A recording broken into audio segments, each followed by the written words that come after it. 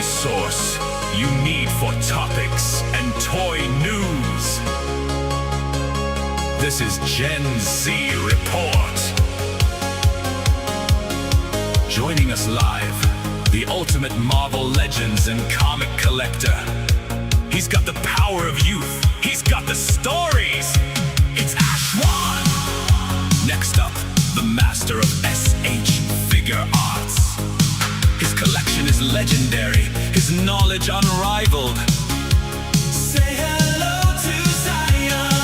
And leading the charge, the one and only, the fearless McFarlane apologist and the agent who never sleeps. It's Agent Zman.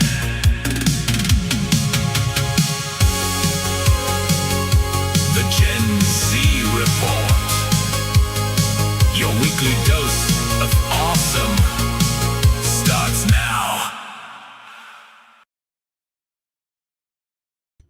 What is up, everyone? Welcome to another installment of the Gen Z Report, issue 25. Wow, we've been doing 25. Woo! Of course, I'm your host for these weekly episodes of awesome topics and awesome news, Agent Z-Man. But I can't do this alone. I always have my two lovely co-hosts, and here they are.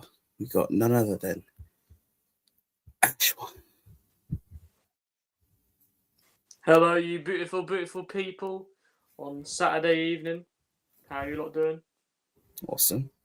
And of course, Zion. Hello, everyone. Thanks for tuning in every week for 25 episodes. Woo. Woo.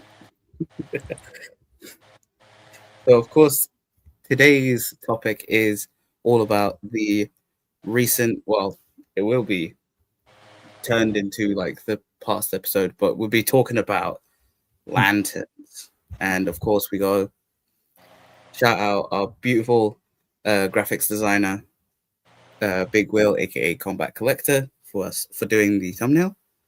But of course, we'll get into the discussion later on. But now let's check the chat and see who's there bright and early.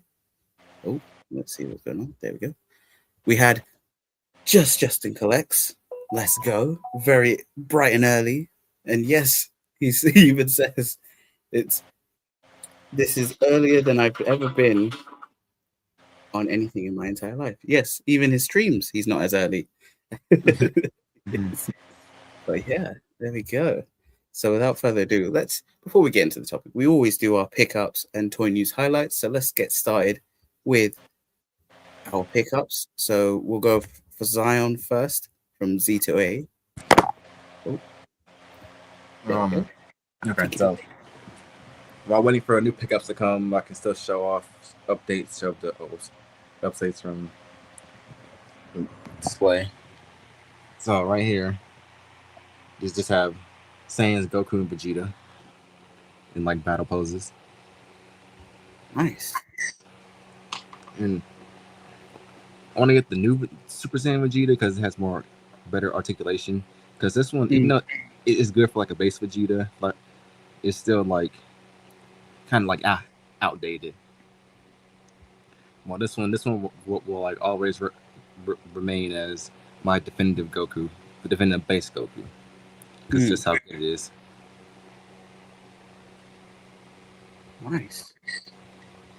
And like, what other characters are you hoping to add for your Dragon Ball display, or are you kind of like keeping it simple with just Goku, Vegeta, and I know you have the Super Saiyan Goku, so.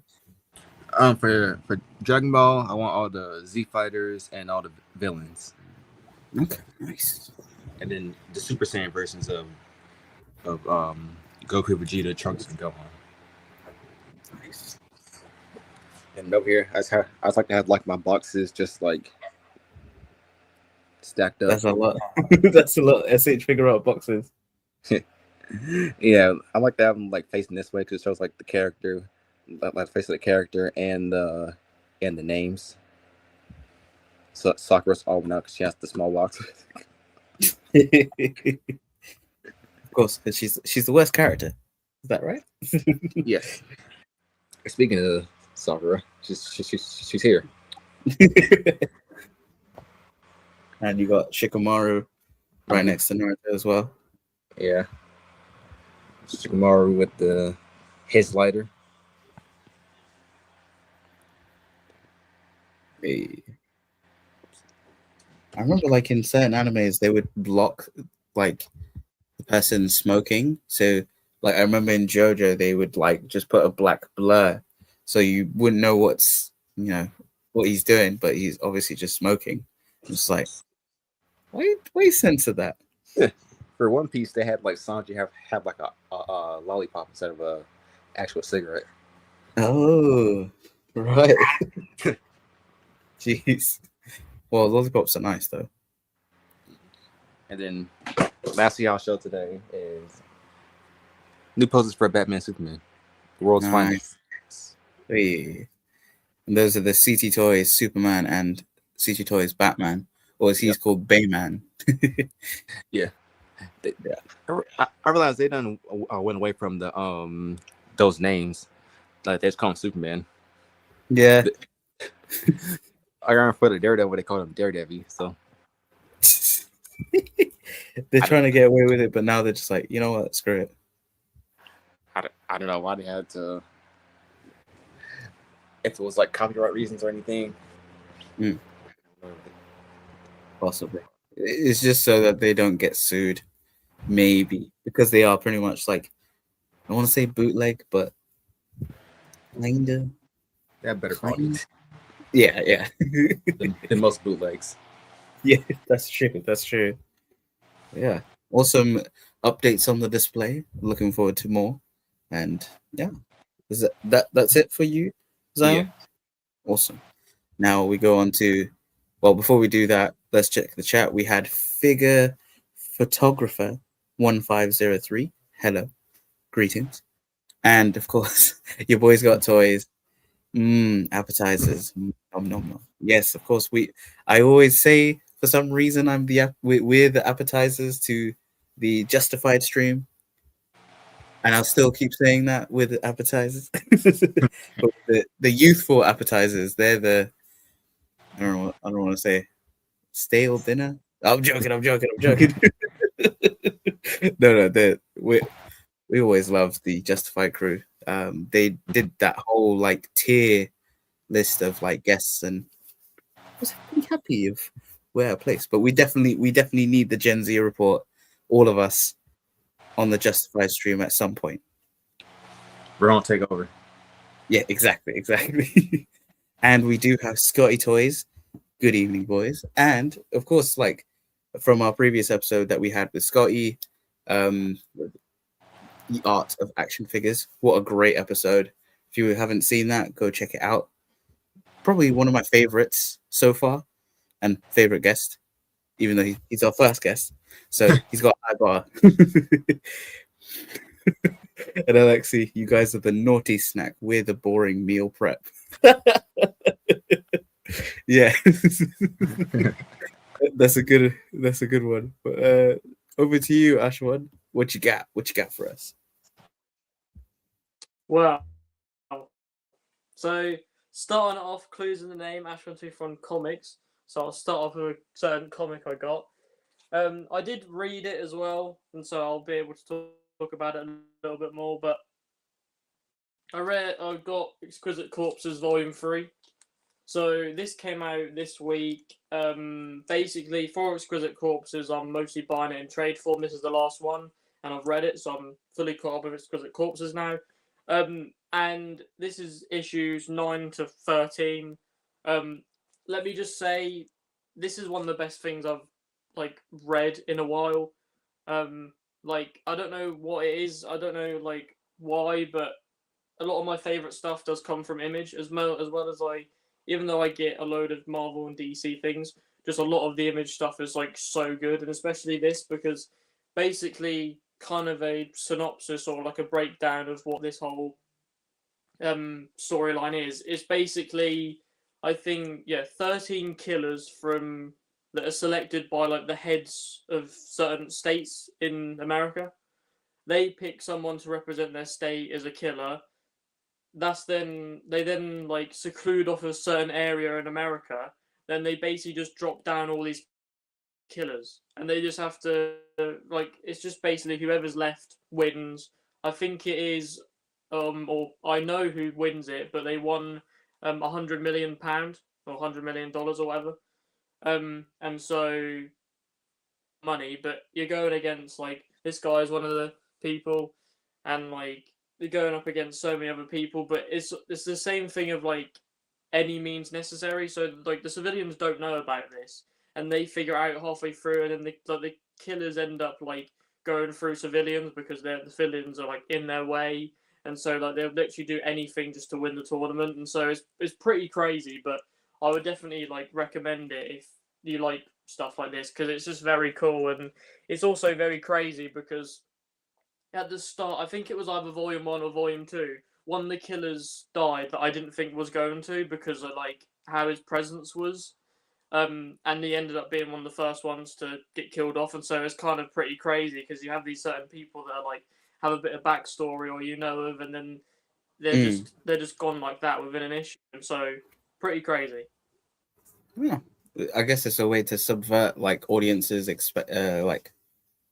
like expectancy of like, oh, just because we've given him story doesn't mean he's gonna last long. He's going to bite the bullet straight away. But yeah.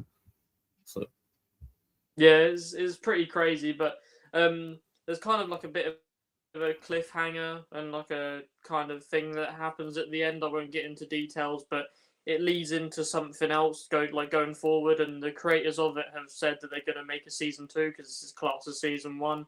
They're going to have like a season 2, and it's going to be like, I'm assuming, completely different killers. There's some other things coming out at the moment, but I'm only going to be getting it in trade form unless I have to get it in single issues, and I will. But I'm just going to get it in trade form just because it's easier for me to read, and also I get like 4 or 5 issues out of one book, and so I'd rather do that. But that's it for comics. But I do have some figures this week. Last week I got a lot of figures, and some certain weeks I haven't been getting any figures lately. But I have some figures, and the first couple figures I'm going to shout out the figure photographer because me and him were talking on Instagram about our MCU displays, and basically he needed some certain figures from a certain movie. He got was looking at this lot and bought this lot off eBay. Wasn't able to sell off the figures that he already had, and so offered to me whether like if I could have them. I basically said like, do you want them? And I said yes, and so he sent them over for absolutely nothing. So thank you. And so I got them. First one is Captain Marvel with Cat. So you could sense maybe a theme going along with these. But you got Captain Marvel from Captain Marvel movie. with the flirking. You got Talos, Wait. I believe.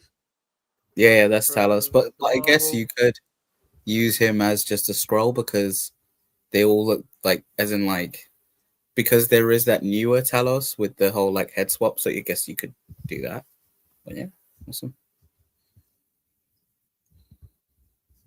And then this one, I don't think this is the other one. This is like the kind of more basic one. The Kree guy. I can't remember his name though. It's supposed to be Yonrog, but obviously they didn't get Jude Law's likeness, so they just were like, let's put a helmet on him. He's Did just you use it for a custom? That you yes, sent off? I did. Yes, I did. I was trying to remember where I put him. Yeah, I did use him for a custom, for 2 customs actually. I'm gonna show it off here full screen with like a, kind of like a Captain Marvel version. These were way earlier in my days of painting, so like you can tell like this one, which is more like a Kree soldier with a blue faceplate, but you can tell the paint was a bit rough. But yeah, they're good figures. I'd say like if you wanted like Kree soldiers, these are very easy to get, and yeah, I'm glad you got one. Yeah, I'm just like I'm trying to build up the MCU display, and I have a rule with myself, and I was talking to the figure photographer about it, that I'm gonna buy the figures from the movie when they came out for that movie when I get to it. Mm. And also, I think I may have said it before, but if there's a certain movie that doesn't do, like, say if like I'm trying to buy mostly Legends. If Legends didn't make the figures for that movie, then I'll buy like a Mayfix or Figure Arts or something like that. Like with the original Avengers film, I'm gonna probably buy the Figure Arts for them, even though it'll be a fair bit. But yeah. But the last figure though, and it's kind of comes with this little guy, little Flarkin. And then it's Samuel Jackson, Nick Fury, young Nick Fury. No eye patch just yet, but he looks pretty swag. Looks pretty cool. Got a little gun as well, so pretty cool. Of course, gonna have to get the rest of the wave at some point, but just don't really know where to put Captain Marvel on the display, because I know figure photographer on his like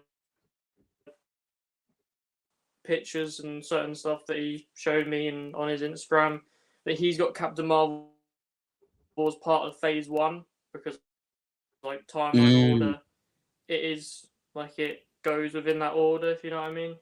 But I don't know whether to put it, if I'm going to buy like proper phases, I don't know whether to put it after Infinity War or not. Yeah. But I'll War, because I'm gonna have to buy a lot of figures when I get to Infinity War, because there's a lot of characters in that film. Yeah, that's a big roster. Even Endgame as well. That's almost like pretty much Infinity War's roster plus, you know, who's left of like in Endgame. But yeah, I so like obviously you said figure photographer did chronologically the order. I guess you could do like a from phases, and then when you get to Captain Marvel's phase, which I think, just because I know we did talk about it. Yes, we did. Phase 3 in a previous stream. I guess you could put her there, but then obviously there's the case of like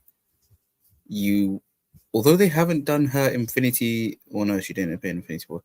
Endgame look. There's the case of that. Well, no, they have. Well, she had 2 looks in that film. One that was very short-lived, and then the other one was the short hair look. So I guess you could do that. That way, you've got an abundance of the Captain Marvel figures. Well, like both of them, both Carols, I guess.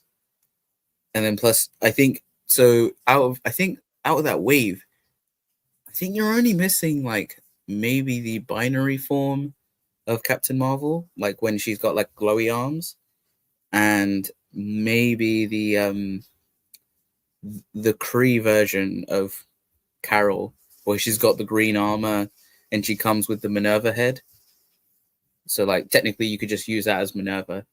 I wouldn't get like multiples and have as Carol as well. Don't do that. I don't even know what the price for that figure is, but yeah. And did you think of like getting the Kree Sentry build the figure, or is that because it's comic? It's like not sure.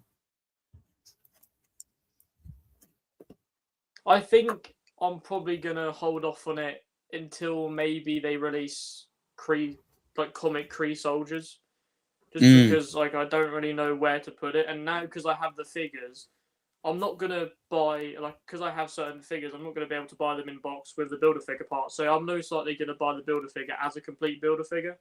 Yeah. And so I would rather wait, just because at the moment, most of my figures I am pre-ordering and buying, except a couple, are MCU, and so I'm not focusing on like comic at the moment. I'm taking a step back from comic, except a couple things, like of course a couple of days ago, even though it's cartoon, but it's going within my comic / cartoon display. It was 97 Beast that came out. Of course, I had to pre-order him, but I just did want him anyways.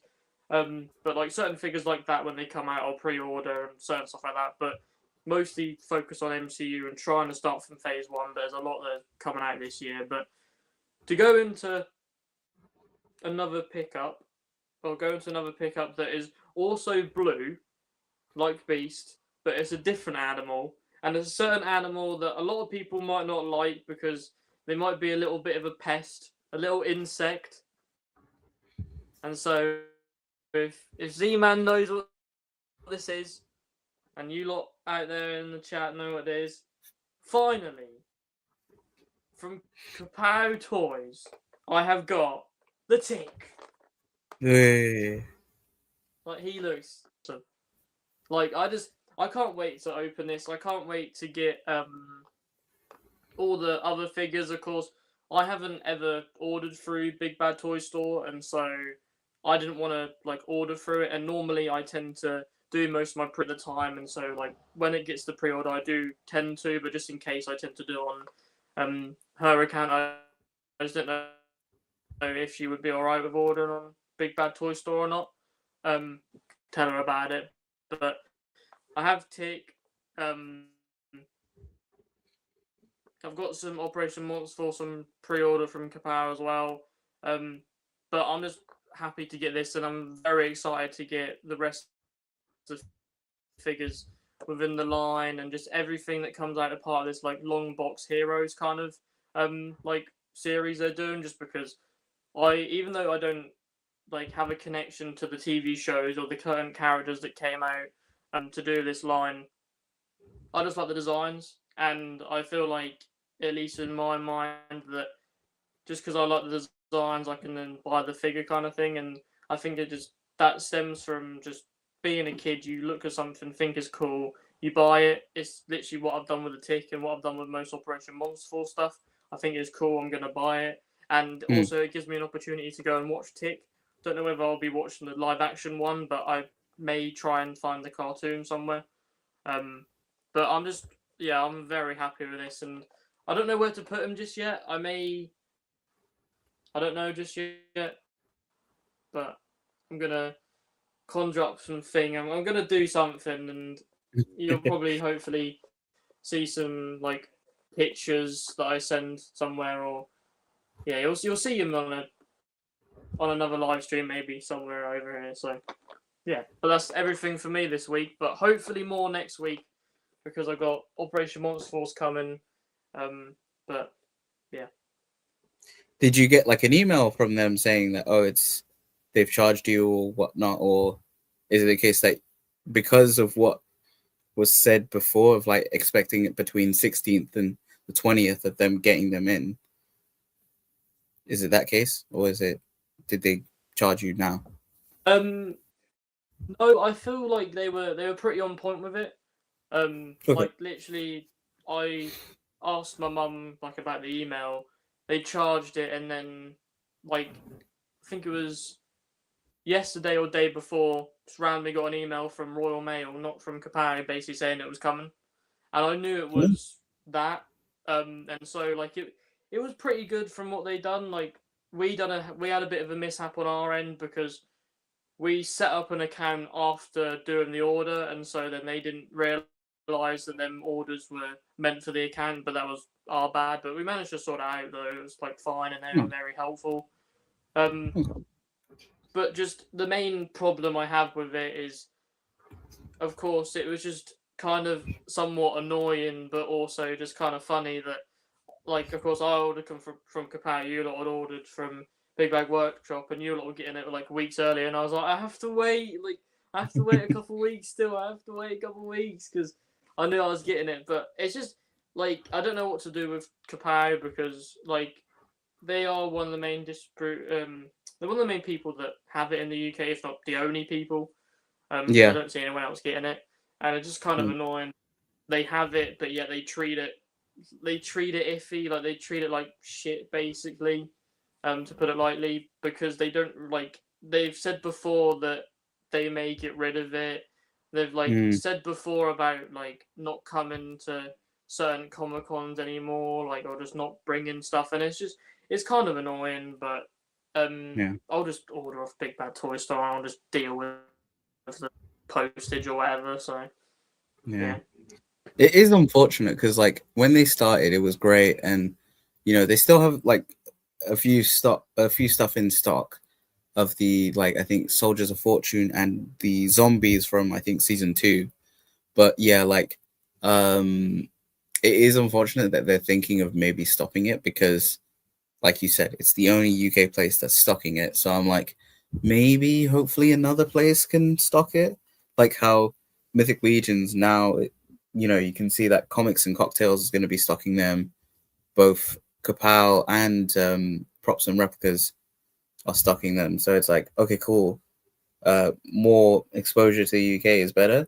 But yeah, like with this BBTS stuff, I mean, we'll definitely be talking about that. Hint, hint. But yeah, it is crazy. For me, when I got Tick, it was fine. It was, a decent price, like from BBTS, but obviously it's that shipping of if you get one thing, it's fine. But I don't know if when you get multiple, and plus like they don't offer like a whole situation of like, oh, like in paying installments or whatever. So it's the case of like, you have to drop that plus the customs charge or, the delivery charge or like postage. But anyway, that's long-winded, but awesome to see that you got Tick. And I can't wait for you to open it and see it on the display. So thank you, Ashwan. And last but not least is me. I'm very on theme today with the Lantern's top lantern ring. And of course, for my pickup, I had to be on theme as well. So just on Friday, I went to Pin Planet and picked up the new Jon Stewart figure from DC Mattel. So hell yeah. Although it was a funny situation because I was like, oh, there was something else there that I was like, oh, I should get that. But then I was like, no. I need the Green Lantern for the culture. And also because we're talking about lanterns. And of course I wanted the figure anyway. So, and it worked out better that way because I would manage to get that other thing cheaper, not on Forbidden Planet, but somewhere else. So stay tuned to that pickup next week. So, but yes, this is the Mattel Jon Stewart Green Lantern. And yeah, I'm looking forward to opening this. But yeah, that was it. That was it for me. Very short and sweet. But yeah. But let me just quickly check the chat before we get into the topic. We had Virtual Dave here, our agent in the field. What's up? What's up? Says good evening, gents. Good evening. Obviously, he was hyping you up, Ashwan, for the Tick. So that's good. Then Alexi is like, yes, love all the properties in young collections. Yes. I mean, yeah. I mean, I think all the older stuff is so much better than the newest stuff, like property-wise. But then again, we have anime is not new. I don't know. I don't know what I'm talking about. Yeah, because like One Piece is like 97. Yeah, exactly. So Yu Yu Hakusho is like even older. That's true. That's true. And give me the question marks. I don't know what's that for. But anyway, let's get straight into the toy news highlights. As it wasn't a lot, but of course, if we find a little kind of like some kind of sliver of an Easter egg or some kind of highlight that we see, we gotta talk about it. And of course, this is from Ashwan, and he not Ashwan, Zion, as he was talking about One Piece, and explain what this is to the lovely people. Okay, so it's maybe a bit odd that it's just like covered up a lot, but so apparently in Japan there was a One Piece Day event. They had like the figures on the figures and merchandise on display, and Smart Station was there, and they of course showed the Straw Hat crew from the anime and the live action. And in the background, us Eagle Eye fans noticed that there was like a little like silhouette that's been covered by Sanji's leg and Usopp's arm, and put two together. They're doing the Straw Hats in order where they join the crew. We just got Robin revealed like 2 months ago, so it only makes sense that this is a our first tease of SH Figure Arts Frankie, and I already know that they're gonna have like this picture fully shown like HD and all that stuff like sometime down the line. Yeah, but for now, this is all like we have like we don't even have the full silhouette. It's just part of it. I can't wait to see like the full figure like when it gets fully revealed. Because Frankie's out of all the Straw Hats pre-time skip, Frankie's the one that I'm just like I'm so curious to like how they're gonna like do him and how it's gonna look. Because Tamashii Nations, when they're no stranger to like out there character designs, like from the Dragon Ball line, they've done like out there characters. So Frankie, I already know they're gonna knock it out the park. It's just the curiosity, because pre-time skip Frankie doesn't even have like a lot of figures made. They mainly focus on like his post-time skip look. So I think this one would be like his officially his first figure of his like pre-time skip look. And just for the audience, this is what. Oh, not that. No. I don't know what happened there. This is what Frankie looks like pre-time skip.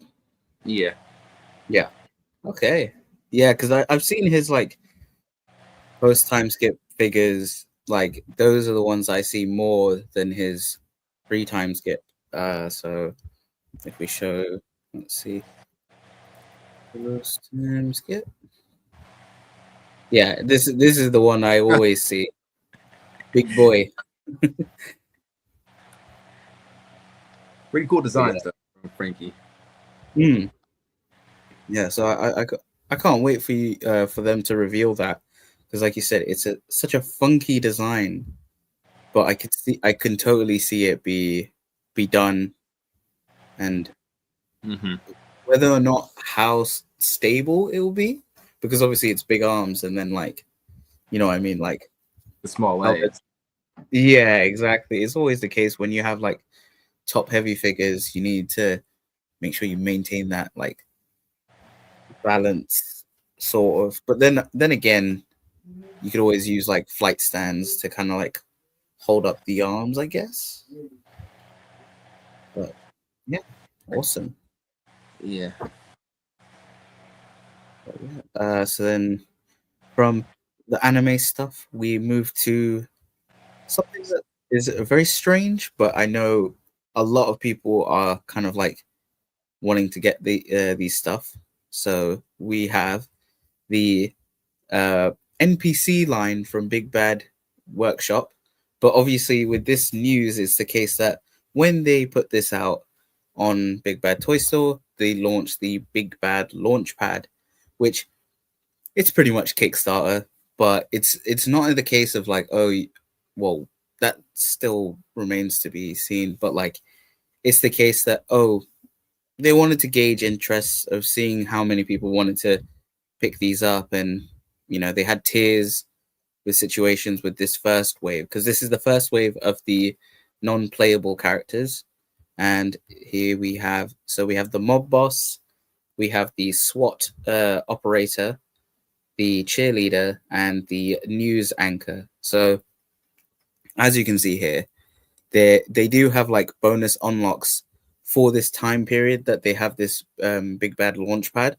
So it's like, I think like it will finish in 30 days. So the like kind of like advantage of getting your pre-order in now is that it's slightly cheaper than what it will be released later on. And if these bonus unlocks are unlocked, you'll be able to get these from this point. This isn't like it's only like you only get this once the goals have been reached, and you get it at the discount price. So that's pretty good. But of course, this is the mob boss. Comes with so much accessories, as you know, as usual with like the Big Bad Workshop stuff. And you know, you can see the sort of bonus unlock, which is like a normal head without the hat, I guess, or just like a less scarred face, shotgun, wine glass, and wine to include.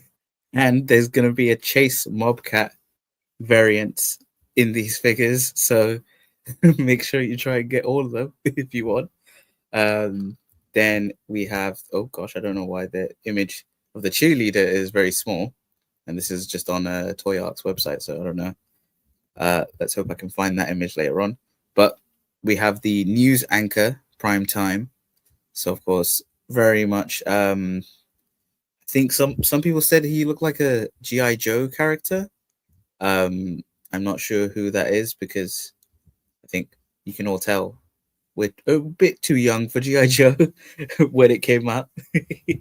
But anyway, this is just a news anchor that you can use for your display, and the kind of like bonus unlocks are just like the kind of like fisticuffs and a baseball bat, TNT, grenade. Well, I think that's a flask. No, that's a grenade. And a katana for obvious reasons, I guess. If you watch Anchorman, then you know. And then of course I said this is the SWAT commander. So of course it has like so many accessories and different faceplates. So you can have different characters. And the bonus stuff is with like the ski mask and a different gun. And they do have accessory kits for like the SWAT figures. So you can have this one, which is version 1, and then version 2. There you go. And then this is the cheerleader. I think this was the launch window exclusive. As you can, yeah, it says the launch window exclusive. So if it was the case of like, if they reached a certain goal, this product will be unlocked. I say this in past tense. It has been unlocked, so we'll be able to get this figure as well as this one, which is the SWAT operator, which has less accessories, but is good for like army building if you wanted to. So there you go. And then here's the other cheerleader. Like these are more of the basic offerings of them, like without like a lot of accessories. So you can just get these ones if you wanted to. And then the last kind of unlock here was the news anchor late night version with the kind of like Ron Burgundy kind of suit color here. But obviously, they don't want to put a proper Ron Burgundy head if you to avoid, likenesses and that stuff. But you can tell he's got that pitchfork. He's got a blue donut, whiskey, pizza, all sorts. Great for kind of like building a display. And I hope they do make a diorama or like a set of the like the news anchor table kind of thing, so you can have these figures in that. But yeah, that was the big bad NPC non-playable character wave 1 launchpad. And like I said, it's already been fully funded in the sense, or everything has been unlocked. So you have until like I think the end of this month or end of September to back this at this price. So that with all that long jargon there, are any of you interested in this line, and will you be picking up any of these figures? Ashwan, what figures will you be picking up? Well, so the main reason why I haven't even like looked at these, or I've looked at them, like I've looked at them on the website, but I haven't done it just yet, just because I haven't ordered through Big Bad Toy Store just like at all. And also like I said before, I don't know how if my mum would be alright with doing it through this. And so I haven't ordered any yet. But funnily enough, I want to order all of them. And I know it's kind of crazy, but I just feel like it would just be funny to just have cheerleaders on the shelf. They're the ones that least don't interest me. They don't interest me the most out of the rest. But I just feel like it's just funny just having like cheerleaders just like randomly spraggly just placed within the display, or say for instance the news guy is beating up a cheerleader or something. I don't know, but I just thought it'd be like, I don't know. It's an alright kind of figure, but the main ones for me is definitely the mob boss and the SWAT guy. The mob boss just like in general, like it just I like the Mafia games, and I like the whole like Mafia kind of thing in general. And so to have like Mob Boss as a figure is just pretty cool. And of course the bonus unlock that you get is like pretty cool as well. Like it just, and also some like out of 4 chase cats.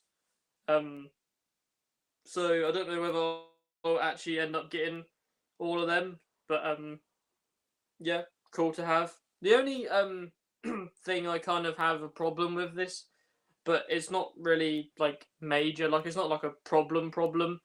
But if you want to get all 4 chase cats, and say for instance you did buy 4 figures and luckily got all 4 chase cats, the mob boss figures looks exactly the same on each figure, so you can't really like army build it because you don't get different heads unless you like get a head from another figure that you bought and then plop it on. It's kind of a bit annoying with that.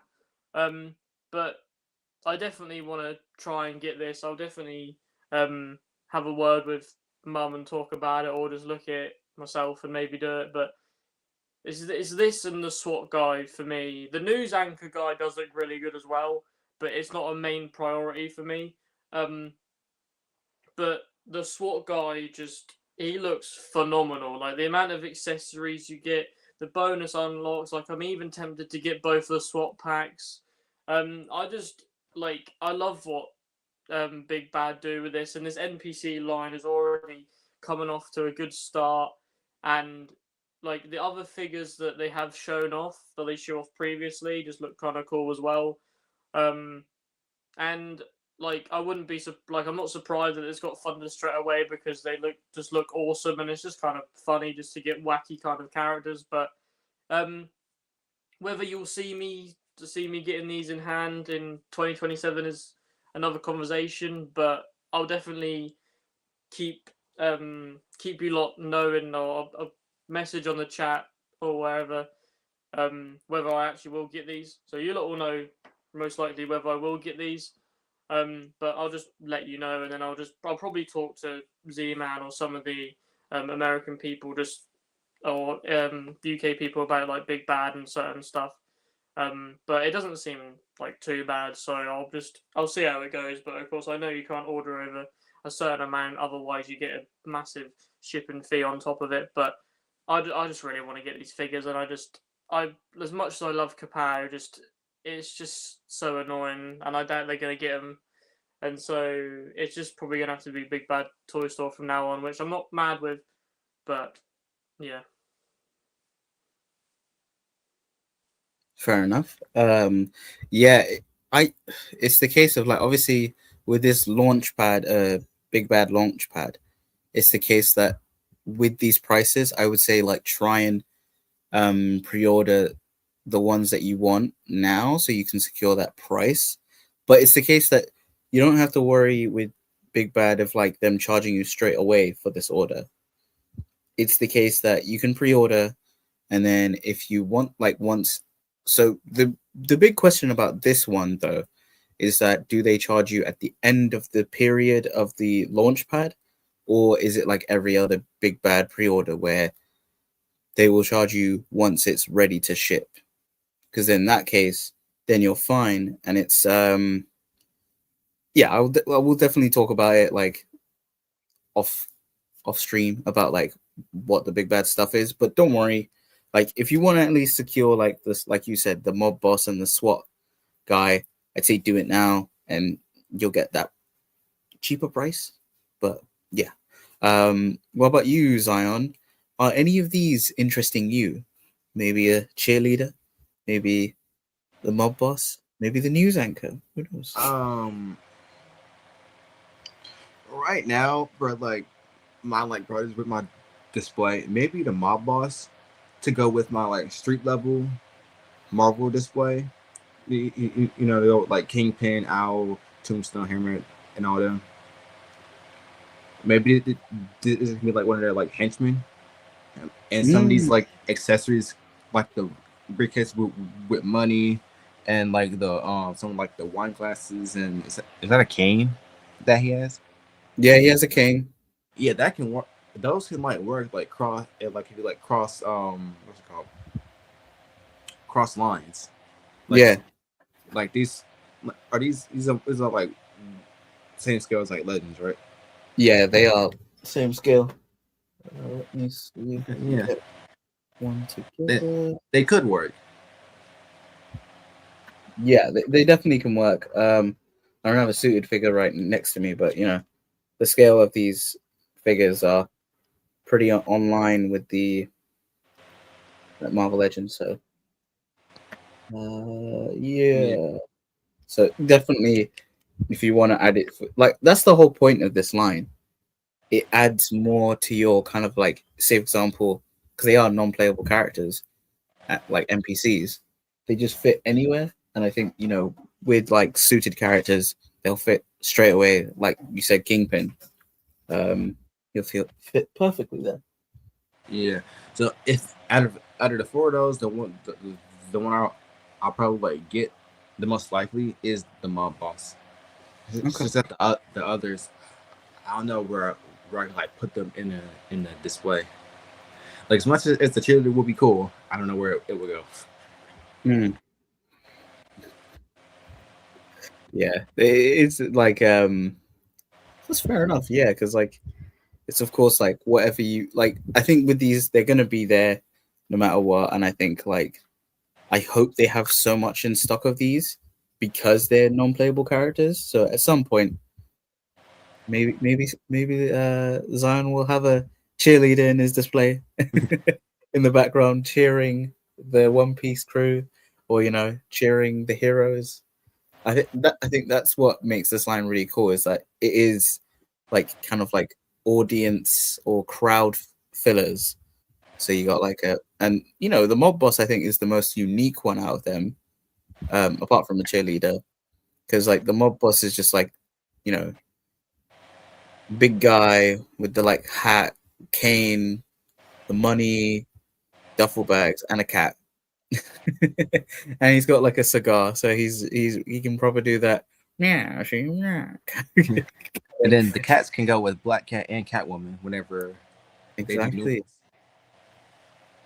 Yeah, and I mean, obviously these are just like the digital renders, but those cats look really lifelike. I was a bit scared. No cats. No. I'm joking. I'm joking. But yeah, for me, I think I'm gonna try and get.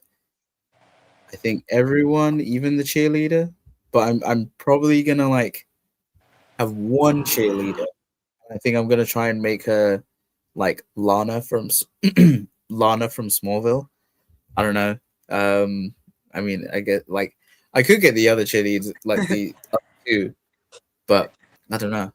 I just like for me that's my thing, and then obviously like the mob boss is essential.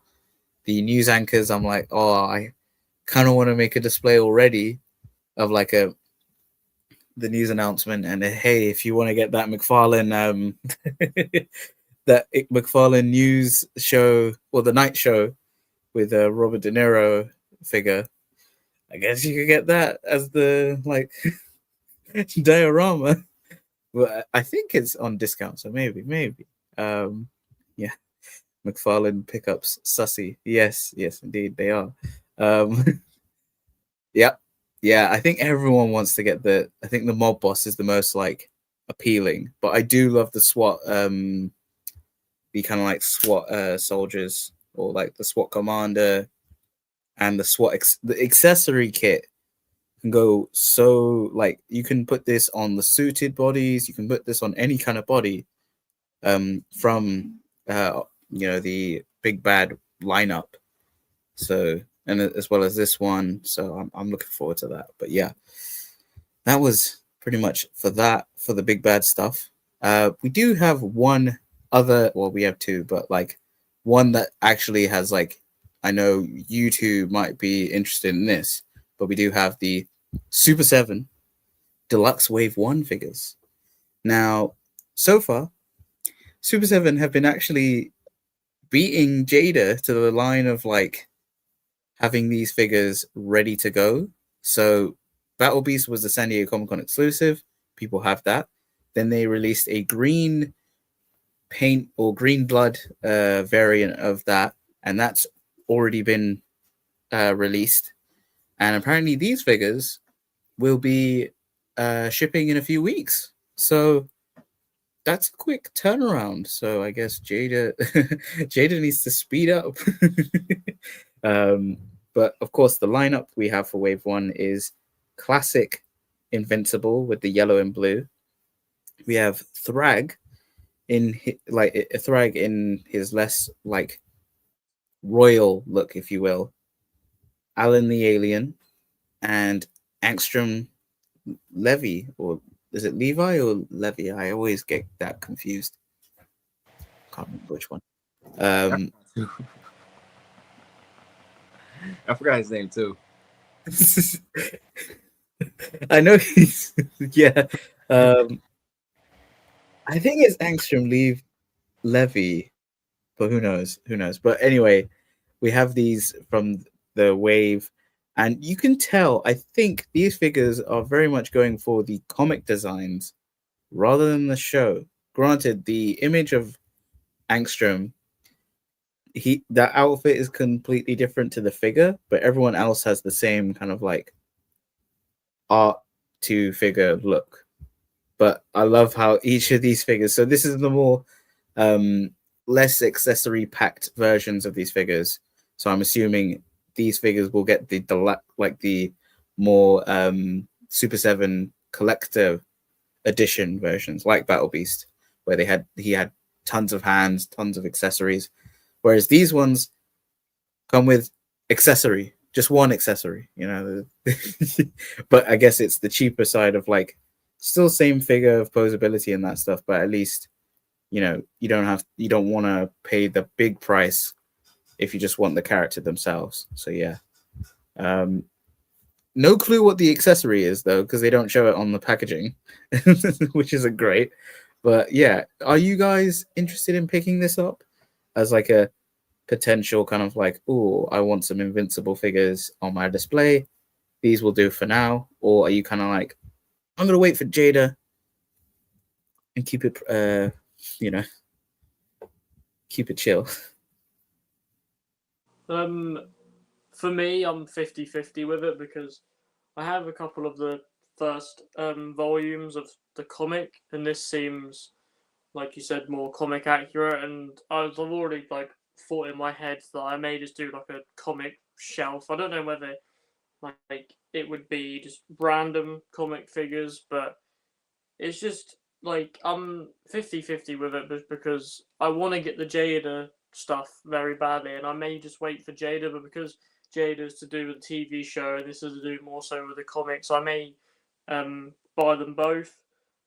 But I don't know just yet. It depends on price point, depends on availability, and depends on whether they came out or whether they come out the same month as or the same week as something else I'd rather want. But I might just wait on it and see like the proper deluxes, because I probably, if I'm gonna get Super 7 stuff, I'm not gonna get these normal figures. I probably would get the one that has more stuff in it. But I'm gonna kind of probably just wait it out just for now, but definitely keep my eye on them and seeing where they go up anyway.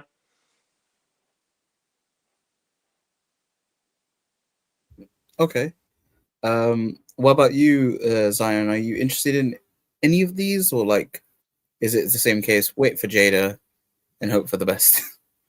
Yeah, I'm gonna wait because these are like coming out soon, and I'm thinking about the future where like when like the Jada stuff do come out for like Wave 1, like I think it's like Christmas time when Wave 1 comes out.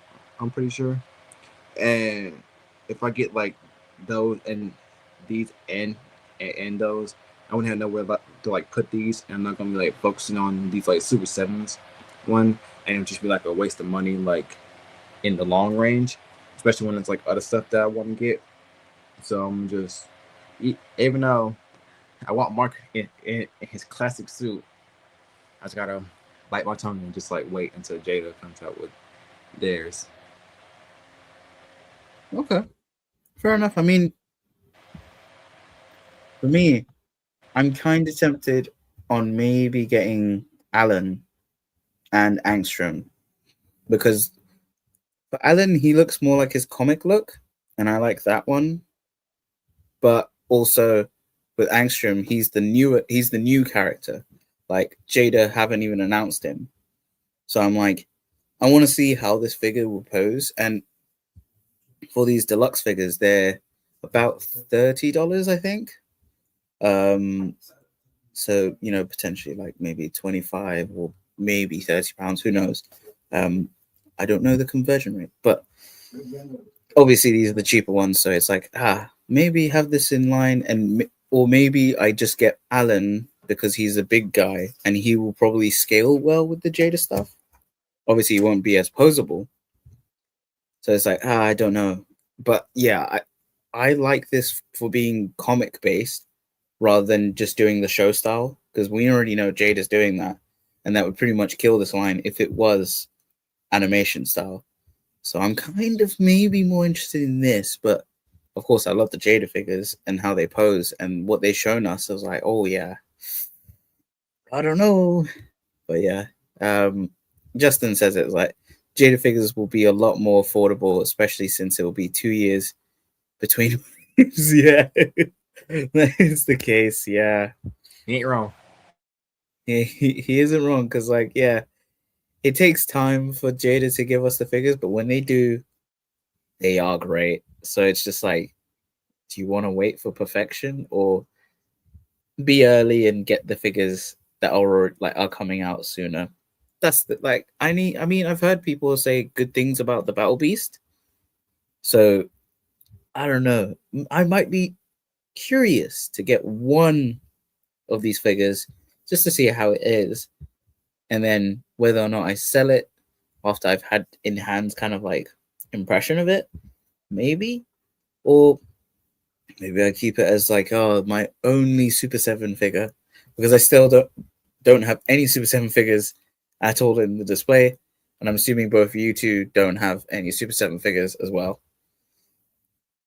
They don't appeal to the young.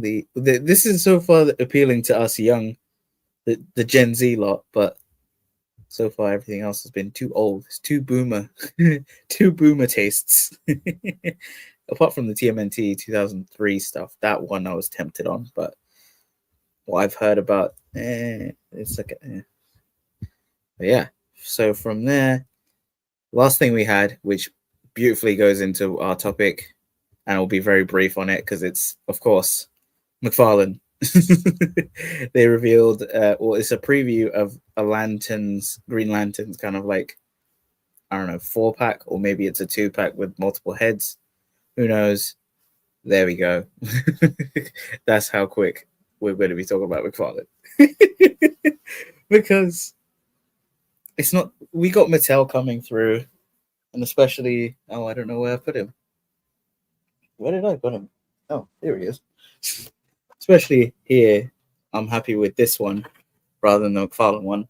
But without out of the way, let's get straight into the topic at hand, and that is, of course, Lanterns spoiler talk. Now, before we get to the spoiler talk, what were your impressions, the non-spoiler thoughts of what you thought of episode 1?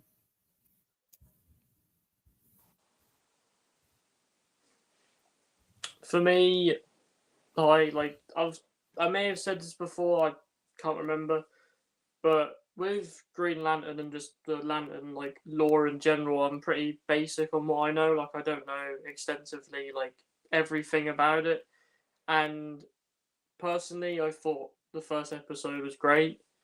I really enjoyed it. Of course, because I was talking non-spoilers, I'm not going to talk about it much, but I'll just say that their two's dynamic together is great. I think. I was talking to someone, or when I go to my comic shop, I was talking to the worker there, and I don't know if this is a bold take, but already after the first episode, I think it's the best thing other than Superman to come out of this DCU. Personally, but even though as much as I love Creature Commandos, I just like this. I feel like perfect casting. Aaron, I can't remember his full name, but John Stewart. Aaron Pierre. Yeah, I just I just think it's perfect casting. Like when seeing your figure and like there's another like there's certain scenes we see him in. He looks like he's just been taken straight from certain parts of Green Lantern lore and just plucked onto the screen because I think he's great. Um, and just like non spoilers, but like I mean, people know that it's more grounded. It's not like Mm. space. Like if you've seen the trailers and if you've seen footage, then you know that it's not really space stuff. And I will say that, like from that, it's fine. Like it is really good for what it is. Like even though Mm. people instantly when they're like, "Oh, it's a Green Lantern show," but it's like to do with like this little it's like a western Green Lantern show or kind of grounded Green Lantern show. People are like, oh, why are you doing this when we have all the space stuff? But it works fine. And I liked them two dynamics. I like the supporting cast as well. I just feel like it's a good start to a series that I didn't know too much about the lore beforehand. Only somewhat knew of the characters. Didn't really know extensively like anything else. And I just thought it was a really good start to this show, and I can't wait for season two. Oh, not season two, episode 2 next week. Yeah, and of course, episode 2 comes out for us Monday. So, but obviously for the US it is Sunday. But you lucky. Tomorrow. Exactly. But yeah, Zion, what were your non-spoiler thoughts of the Lanterns episode 1? Now, I didn't watch any trailers for this, so I'm going into like it blind. But so far, I really liked the first episode because I love DC, but DC when it comes to like the main 7 heroes, haven't really had like that much spotlight in like live action, especially like Green Lantern, because he wasn't in the DC EU or he wasn't in the Arrowverse. So this is really like my first adaptation of a live action Green Lantern because I didn't watch the Ryan Reynolds movie, and I told myself I'm never watching that movie because the reviews was just how like I heard how like shit it is. So I waited it out for like a live action Green Lantern, and it's finally here. And I like Ashwan said, this is like one of the best things that has come out in the DCU, other than Superman. And I like also like the dynamic between Hal and John.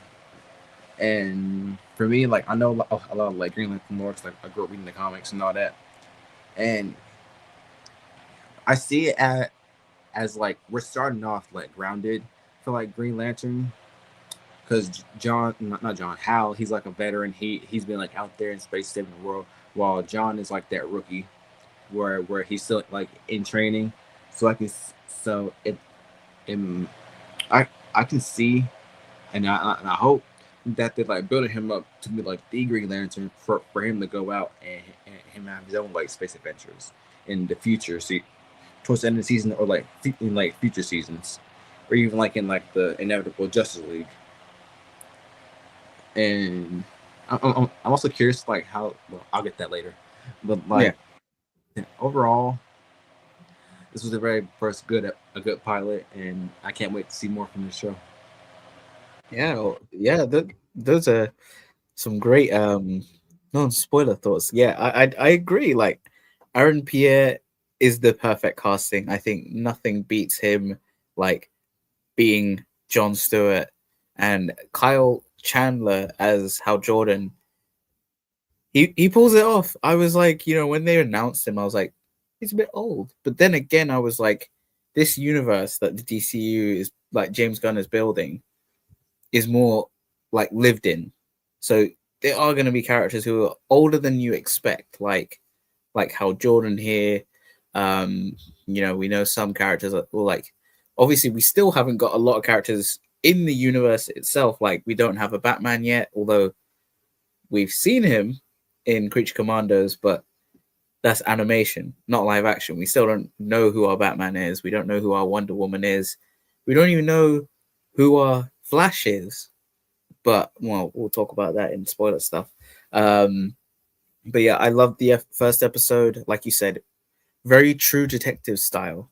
very like on that point of like, yeah, we're doing this, and you know, it's like this kind of like style grounded, but it still has that kind of like, it still shows stuff that you're like, oh, that's really cool. And I think like, you know, from this episode to where we get to like when we go further into the series, I think they'll show us more. But as a first episode, hilarious, action packed, and intriguing for the universe itself. So yeah. Now, this is a warning to all the people who haven't seen the Lanterns episode 1. I know there are a few of you who haven't seen it, even though I question you. It came out it came out beginning this week / Sunday of last week for the American audiences. So here's your chance to leave before we get into the spoilers. I'll wait. Oh, I waited too long. Let's go straight into Hal's fate in the episode. Oh my god. No. This was such a shock, I think. And I think, you know, the way the show started, where like in True Detective, it goes through different time periods. So we start off with 1996, Hal Jordan, who is old. he's, yeah, yeah. He's too old. He's not even like our time. He's older than my brother. No, I'm joking. But like we have Jon Stewart like watching him on TV, but like this is what he looks like in 1996. Now it's the case. Are they going through the Green Lantern movie lore-esque of like he's taking off the mask because he's a public hero now, so he doesn't need the mask? Or is there no mask at all for the Green Lantern suit? Because one of the things about this show is that rather than having the suits being created by a construct, because that's how it usually is, like once you put the ring on, you get your suit. Like it's not like a, oh, let me zip it up. Oh, it's a bit too tight. Oh God, I need to put it in the dry cleaners. No, it's not that. Like in the comics, it's more of like it's a construct. And like, say for example, Batman just takes it off of your ring, you just go back to what you were wearing underneath. So I hope you were wearing some clothes just in case they took your ring off. But as we can see from the suit, it looks good. Obviously, I think we need to see like it in full view. This is like just in the TV view. So it's like we don't know how it looks fully formed out. But then after this, we see 2006 Hal Jordan, but we see him as a sort of like a hologram, if you will, from the ring when John takes the ring to save himself from like the kind of like test that Hal Jordan puts him through. But it's a version of him stored into the ring from 2006, and he's like, you know, oh, am I dead yet? Which alludes to his fate in 2026, where we see him shot in the head with no ring, and back in the place of Nebraska, where the like 2016 era of Hal Jordan is shown, where he's just they show the football field beforehand, but then when he go to the 2026 era, he still sat there and he's dead without the ring.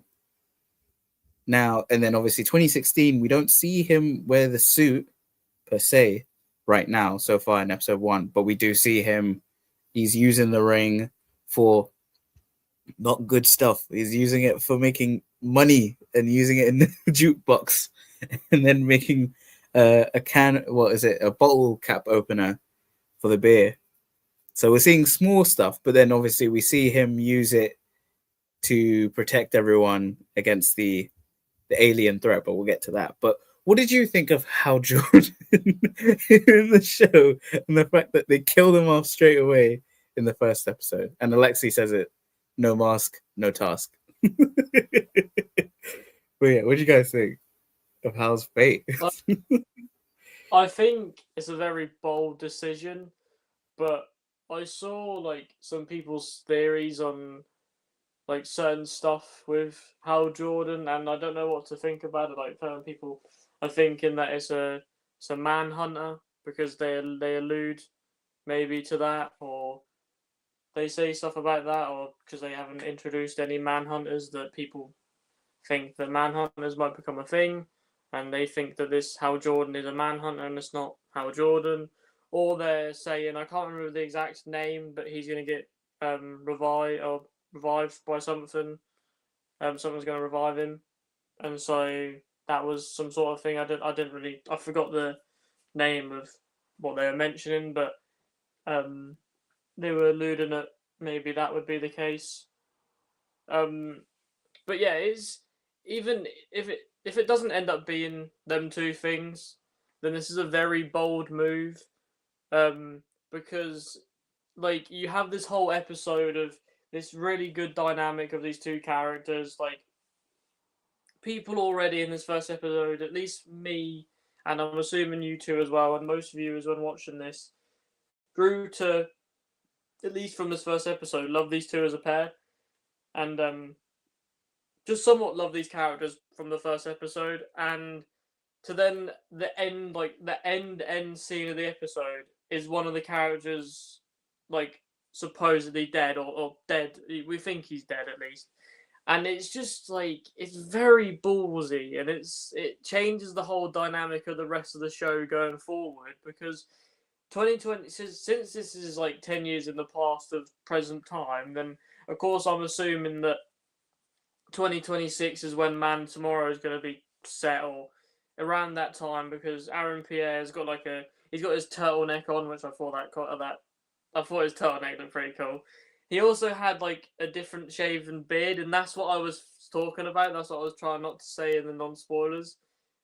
Is he looked way more like Jon Stewart in that, because he had like the beard, and he had like the little like mustache like goatee thing, and he just like him, and also the cop woman or the sheriff woman, like she seems pretty cool, and she was like involved with it, with the Hal Jordan thing. But yeah, it's just it's an odd decision to end your first episode on this, but then of course it kind of in a way gives people an urge to want to see what's happening in the next couple episodes. So it's a weird move to go off of, but at the same time, I now want to finish this series and hope that Hal Jordan isn't dead, but then also see maybe why he does die or something like that. But lots to come within the lots to come in the rest of the season, and hopefully some Granny Hunters appears. So I know that Alexi wants that. He wants some Granny Hunters in the next couple episodes. So hopefully we get that. But we're definitely going to get to that when we talk about Jon Stewart. Yeah. Yeah. Shocked about that. But yeah, so what did you think of Hal Jordan or his like fate? Because we see 4 timelines for him, I guess, because like although the show goes for 3 time periods of 1996, 2016, and 2026, but obviously we see a 2006 version of Hal Jordan through the hologram. What did you think of just Hal Jordan, and like, do you think he's actually dead, or are you thinking, nah, he ain't dead? Like how Ashwan was saying, that's a manhunter. The thing is that we've been through this like so many times with like shows and movies and games, when it was like, oh, they're dead. Oh yeah, he's dead. Then it's like a plot twist where, oh, actually he's not dead. It's just, yeah, we've been through this rodeo before, way too many times. But I don't. But then recently on like some stuff, the characters actually be dead. So like it's kind of like maybe. I do think that like by the end of the series, Hal will probably like be like fully dead. Because I mean, we have like Guy Gardner running around, and I know DC, they're not gonna have like 3 different Green Lanterns like running around like at the same time. They're probably gonna have like 2, but I don't think they're gonna have like 3 running around. Especially when they said like there's like 1 ring per planet. And since it's 2026, we know that Guy Gardner probably has 3. because Superman I think takes place in 2025, and this is like a year later. So I think Guy still has the ring. So, and that's not nothing that I was trying to say. trying that's one thing I was trying not to say in like the non-spoiler territories. That I'm curious to see like if Guy Gardner has like anything to do with this whole like Hal Jordan fake out death, since he's Green Lantern right now. Yeah. And it was cool to see how with all four of these timelines, because again, Hal Jordan and Green Lantern has not had like a lot of like representation in like live action. So I'm glad to see that they're like fully fleshing his character out before his like supposed death. It's pretty cool to see, and yeah, I'm really interested to see like what's gonna happen next. Like, is he actually dead? What happened?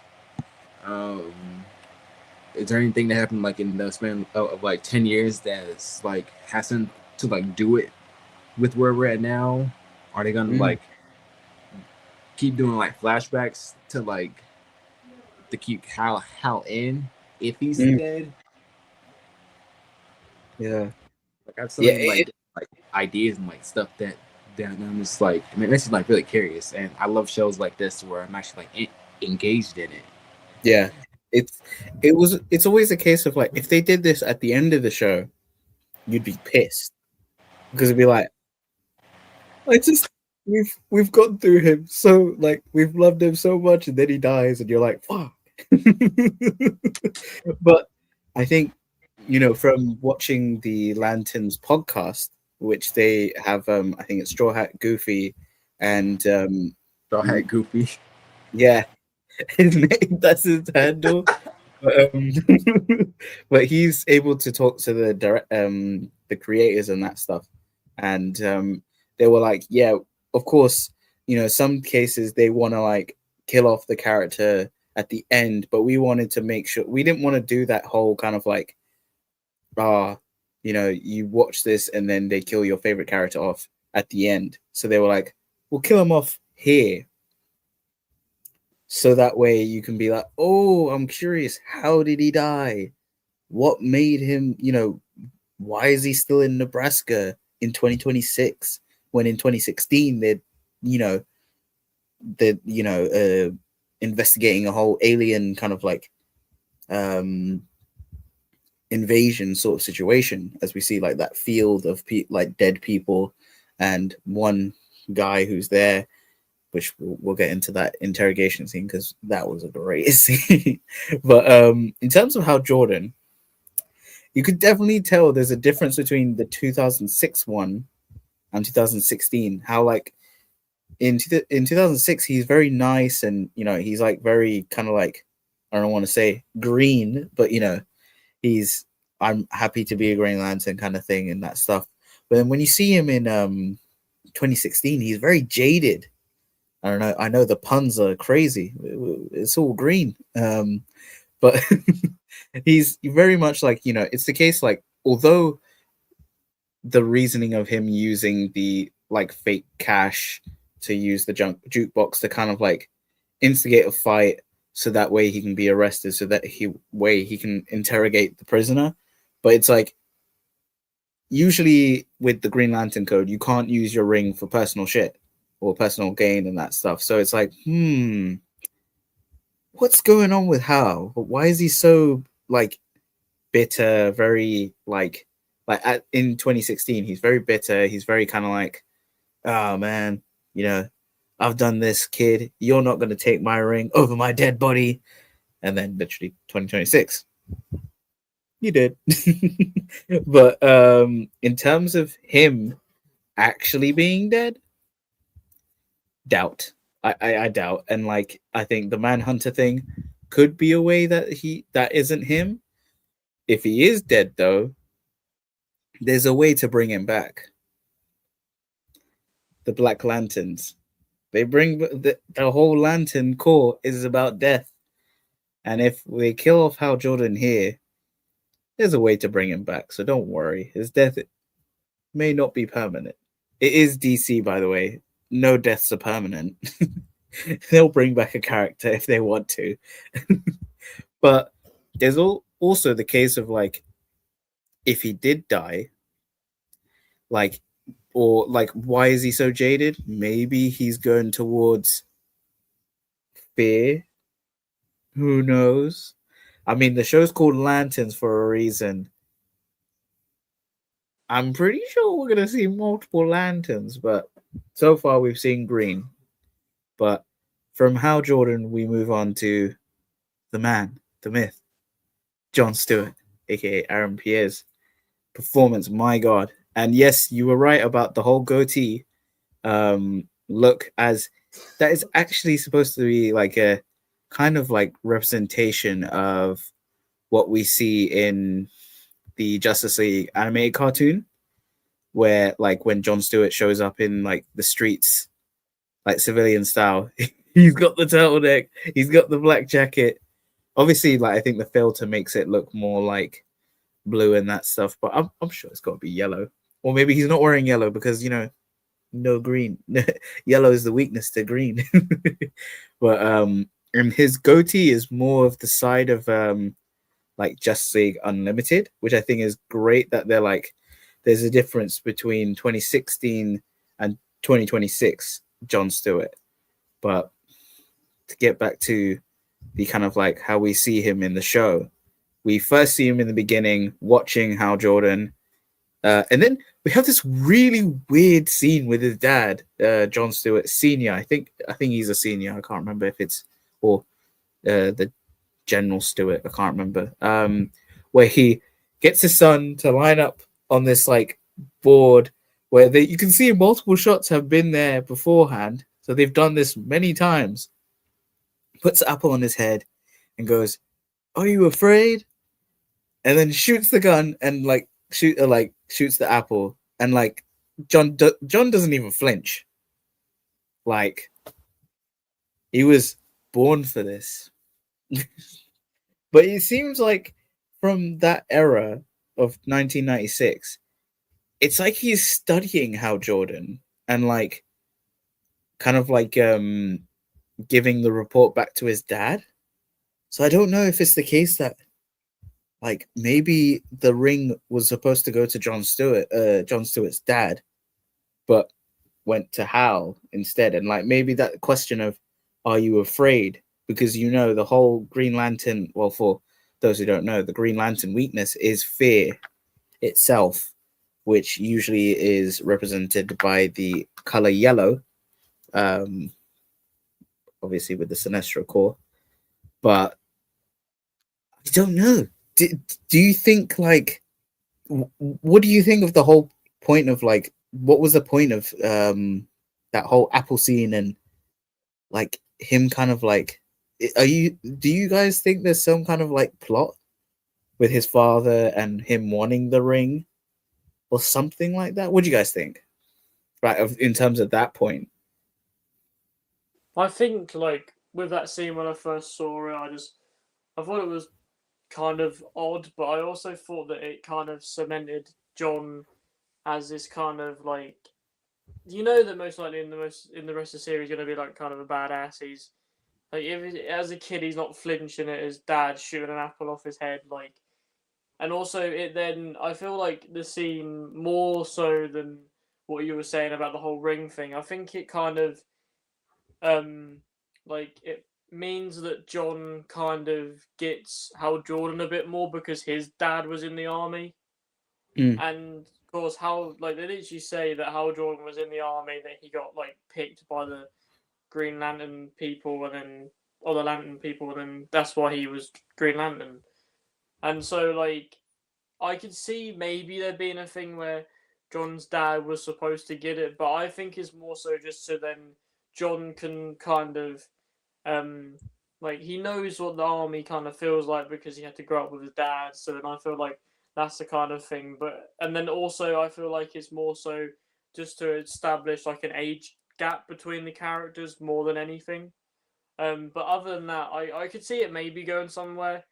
But like I just think that most of the scenes that we're gonna get when he's young is just gonna be this kind of same thing, where it's just a random scene of like John doing something. The how happens to be on the TV as well, and then like maybe like something like this happens again or something. I don't know whether they will do this because like you were like saying and we mentioned with Hal that he has like 4 different timeline or 4 different dates and years that he has like his appeared in the series, and John's appeared 3 times between 3 different years, and so it might be a continuation, but I wouldn't mind personally if they just continue the 2016 thing. But Yeah. at the same time, I want to see personally like not the 1996. I want to see between 1996 and 2016 of Right. John preparing, because going from this little kid to John is a massive step, even though he's going through this at such young age. But like I think they mentioned in this episode, or if not mentioned in the trailers, I believe that I think John mentions that he's put in the hard work and like he's put in enough hard work to become a Lannan, and so like I want to see maybe some certain montage of him doing stuff, or I don't know, but I hope that we do get it within the next couple episodes of him like doing some other stuff in like I don't know, like a year before or something, a couple of years before. Yeah. Yeah. What about you, Zion? What did you think of like that whole scene in the beginning with him, his dad, the apple, and him kind of studying Hal Jordan on the screen? Well, this Apple stuff, I was thinking the whole time. I was thinking this some shit Bullseye would do, because this just seems like something that's just like crazy that like I wouldn't expect for like this. But when it comes to like John, I interpret it as like he's like a big fan of like Hal Jordan and like Green Lantern, and this is like the only chances he can get to like watch him on like the TV during like an interview, and he feels like inspired by Hal's stuff about like not having fear and all that jazz, and I really like John in this show, especially his like 3 timelines. But one thing that I did think that was a little strange that they just jumped right to when he knew Hal, and not even showing him meeting him, how they met.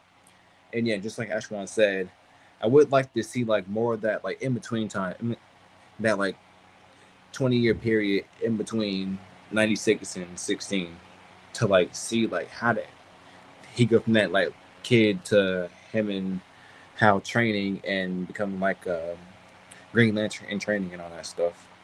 Because like, also, and yeah, I do like how his like evolution, his like that little like goatee at the end. I did like how they did that, and showing his like transition. It's basically showing him like growing up, even him like growing up from 2016 to 2026. Like it shows him aging, even when he's an adult. I like that, how they did it.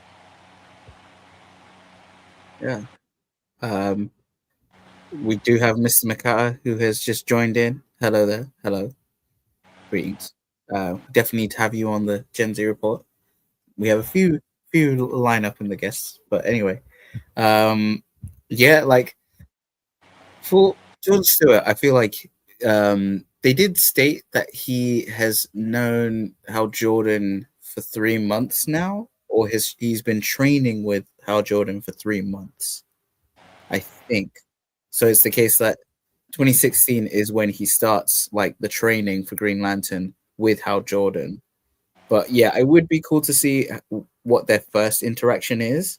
Like, would John be like, "Oh my god, I'm a big fan. Like, I've known you since I was a kid." Maybe that, and then like obviously slowly seeing how dickish Hal Jordan is. Then he's like, "Oh, yeah, Never yes, get to hear it. yeah, yeah." He'll be like, "Yes, sir." But like, the funniest, well, not the funniest thing. I think the interesting thing about his 2016 to 2026 transition is that he still doesn't have the ring.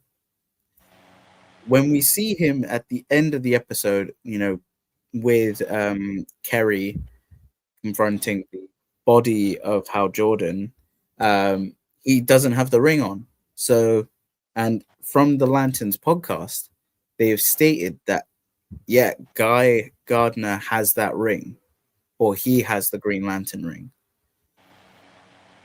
I don't know if it's in the impression of like maybe Guy has the same ring or an altered version of Hal Jordan's ring, because if you look at the rings closely of like Guy Gardner and Hal Jordan's one has gold on it, which could be hinting at his if you know Parallax, maybe that side. But like with Guy Gardner's ring, he's got more of a silver to it. He's got mainly silver, but then he's got the green gem inside the ring.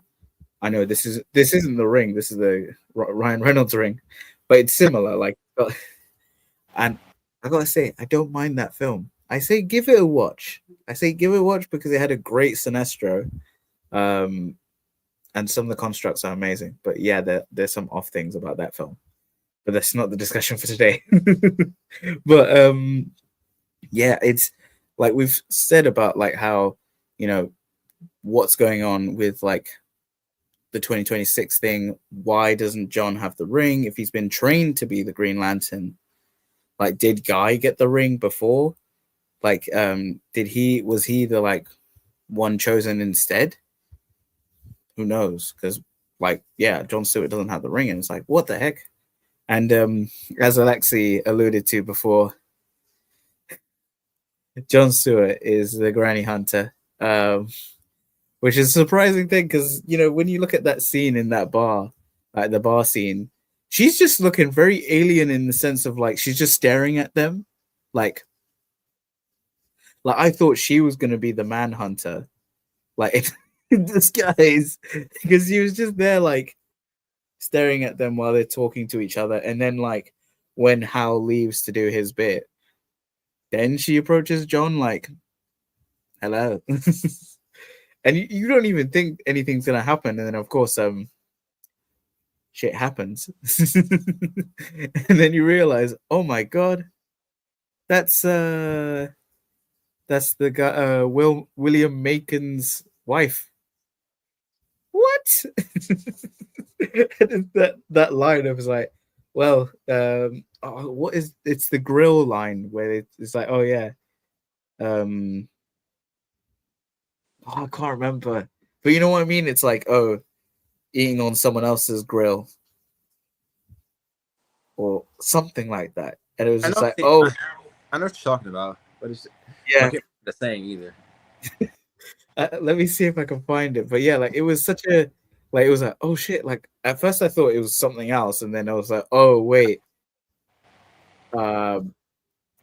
it's the fact that, oh yeah, you slept with my wife, dude, and I know. And it's not like he's like he's gonna fight him, although maybe later, but like it's just the fact that he says that, and like Hannah's like, what happened? And he's like, I'm pretty sure he knows I did it with his wife. And he's like, what? Already? We just got here and you've done that? Nice job. It's just weird how Jordan's just like saying that line. Like he's so happy that like John is a bit kind of like not very strict. Like he can be a bit he can let loose. Yeah. Let me see. I'm trying to see the line here. Yeah, it's nothing better than eating off another man's grill. What a line, what a line. But as we allude to, we have like obviously we have this whole thing of like them investigating this field and everything, but we meet the we meet the Macon family, who could potentially be the killers to Hal Jordan, or suspects rather. So of course, as you can see, we have Zoe Macon, who is the Granny Hunter. Jon Stewart is the Granny Hunter. She's the Granny. And then we have William Macon Sr. here. And then we have Kerry Kane, who is married to William Macon Jr. Now, you're probably wondering, why does Kerry have a like what why does we'll get to her a little bit, but why do both the men have a certain logo on them? Well, I did show the ring before, the Black Lantern ring. Now, I think the name William Macon is a fake name that will be later on revealed to be like it will be the actual alias for a character called William Hand, aka Black Hand from the comics. And if you know about Black Hand, he was a Green Lantern villain who had this kind of like mist weapon beforehand. Like he's very old school. And then later on in like the more like a modern day comics, he winds up he becomes a Black Lantern and the leader for the Black Lanterns. And everyone, I think, is assuming these William Macon and William Macon Jr. might be Black Hand. Now, who knows? I mean, the William Macon Sr. actor has been kind of like stating that there's something mysterious about my character and my son. What do you guys think? Do you think he could pretend? I'll show the image of what Black Hand looks like. But do you think there's something nefarious going on with the Macon family, or like at least the father and the son? I think there might be something like fishy going on, just because I mean people have already theorized about it, like said that they're both these certain people, and I could see it being true just because like it's another way to introduce another lantern into the show. They're very like they're one of the main first characters we see. Of course, we have the female police officer or sheriff within the whole series, anyways, or she seems like a main character in the series, anyway. So we'll keep her husband, who is the lawyer, and the family kind of like around the whole series. And so, like, I could definitely see this getting revealed at some point, but I don't know. Like, of course, we'll have to see, like, in the next couple of episodes. But if they don't end up being this character, I think there's definitely something up though, because the actors alluded to something mysterious. The location that they're in as well. Like, I get they're like a higher family of the whole area, but they're in like a gated off, like they're in their own gated off like house in the middle of nowhere. They got like guards with them, so I don't know. I want and hope that they are something else rather than normal people, but of course we'll see in the next couple episodes. Yeah. What about you, Zion? Do you think he's Black Hand, or one of the Williams is Black Hand? It's possible, and I think yes, because DC they know us. They know that we pick up on stuff like this. It happened before a few years ago with WandaVision, with Agnes, with Agatha Harkness. I can easily, right when they had William, I was thinking like, I know you from somewhere, but where do I know you from? And I was like, oh my god, this could be William Hand, because they make sense. Because like it's subtle, but they make like not like a big deal about their names, but they like allude to their names like in like not in like in like a way where we can pick up on it. Us like big fans can like pick up on it and like keep an eye on them. And that's what I think. I think that they will be William Hand, and it'll be a good way to introduce like other Green Lantern villains to like the mainstream. Because like let's be real, Sinestro is like the only like Green Lantern villain that's like in like the main know. Is it so?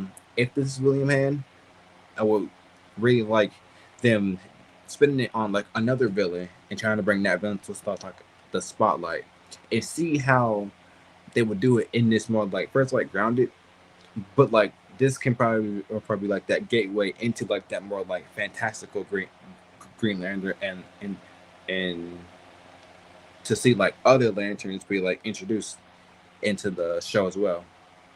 And I think this will be revealed, and if it's him, I think he'll be revealed not too long from now. And like in a few episodes, I can see it being revealed as there's something, because like you said, the actor did say like there's something nefarious going on with my character, and if he ain't a villain, there's no reason to say that. So he has to be like some type of like antagonist or a villain, and this makes no sense.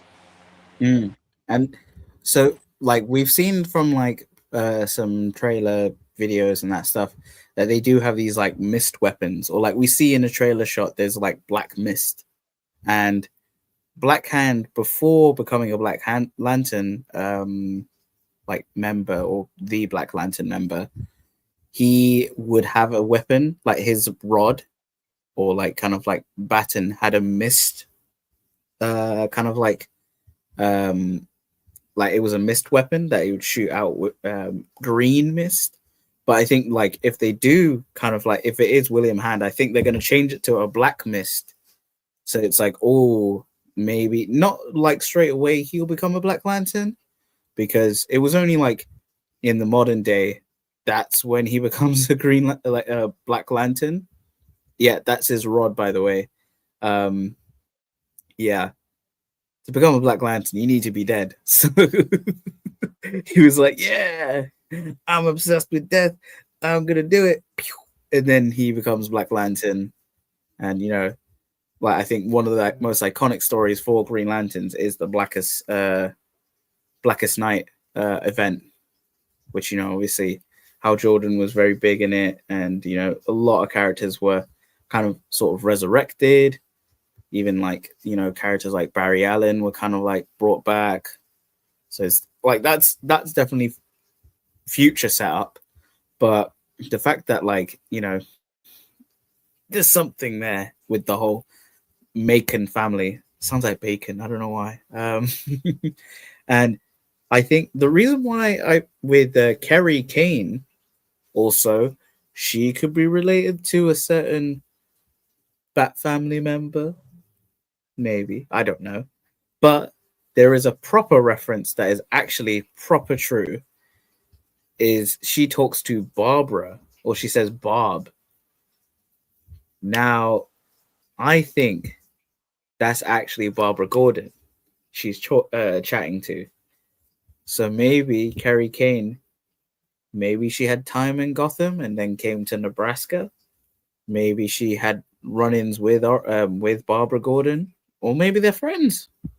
It's definitely like they knew what they were doing, saying Bob, and I was like, oh, that's Barbara. That's Barbara Gordon. And I wonder, like, will we see her, like, because so far she's obviously married into the family, so we don't know, like, where did she come from? Was she actually from Nebraska, or was she actually from Gotham? Who knows? But did you catch that Easter egg of Barbara Gordon? Immediately, yes.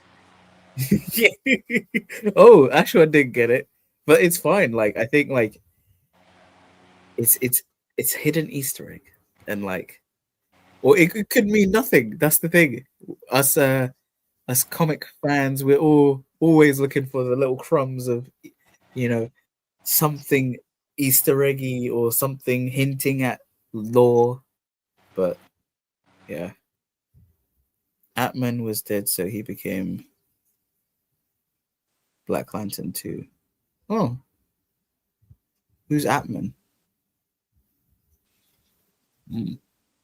But of course, we were talking about maybe it's William Macon's family who kills Hal Jordan because he's still in Nebraska. But you do have other suspects. Oh yes, Batman. There you go. yeah, Batman. Well, it was a weird case. It was like it was a clone version of his body because Batman was dead at that time, and that was resurrected. But then obviously they kind of brought back Batman later. It's a comic thing. It's weird. Every But character in comic dies other than Uncle. I mean, every character in comic dies, come back except for Uncle Ben. He's the only one that stays dead. Uncle Ben's the only one who stays dead. Yeah. Even I was about to say Jonathan Kent, because in comics, spoilers, Jonathan Kent dies usually from a heart attack. And I really hope we don't see that with this Jonathan Kent. He's too precious. He's too precious. But who knows? But as we alluded to, we don't know who the killer for Hal Jordan is. We don't know who killed Hal Jordan. But there are other suspects. But before we get to that, what was your favorite scene?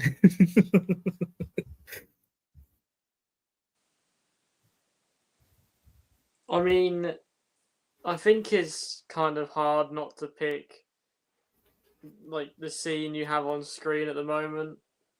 Like, it was a major standout. The fact that the whole process that they go through, like, they get called down, or like the whole thing before where Hal Jordan from before was talking about this certain in Nebraska, then they go to Nebraska, they get to the football field where massive disasters happened. There's this one guy on the field that looks a bit odd.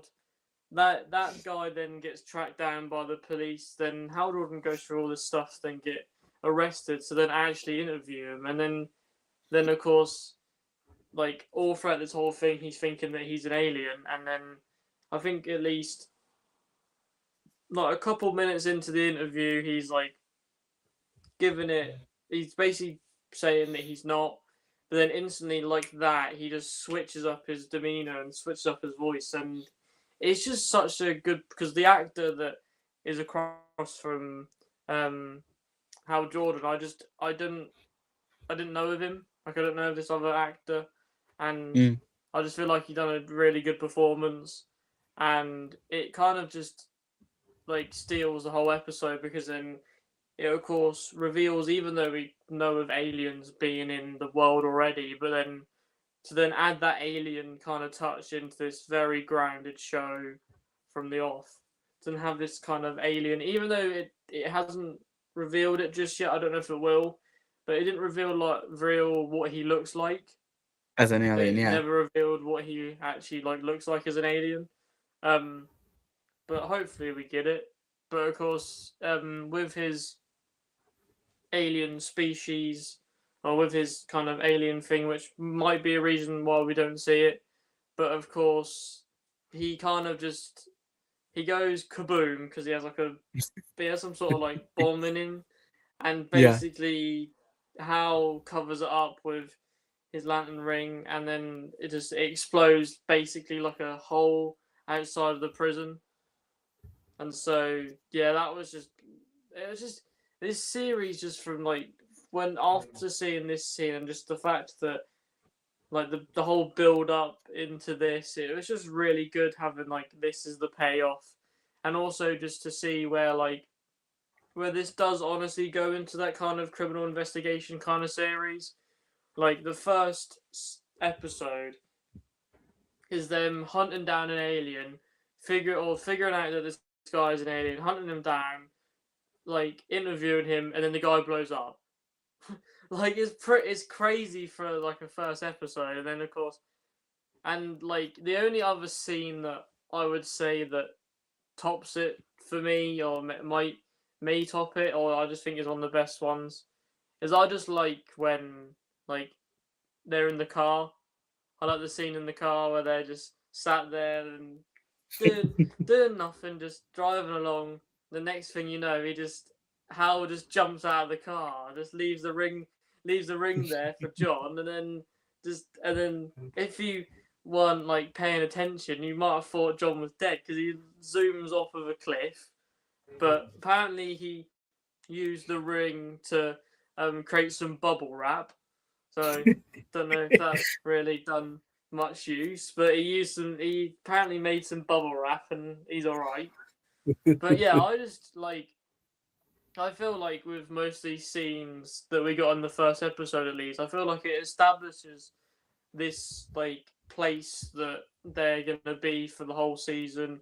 I think it establishes like the demeanor of Hal Jordan and Jon Stewart, and also just I feel like it establishes the whole like alien part of this series, because I feel like, of course, I don't want to like say too much because Zion hasn't watched the trailers, but like it seems from this, I'll say from this episode, it seems like for the rest of the series that a lot of the aliens won't be aliens.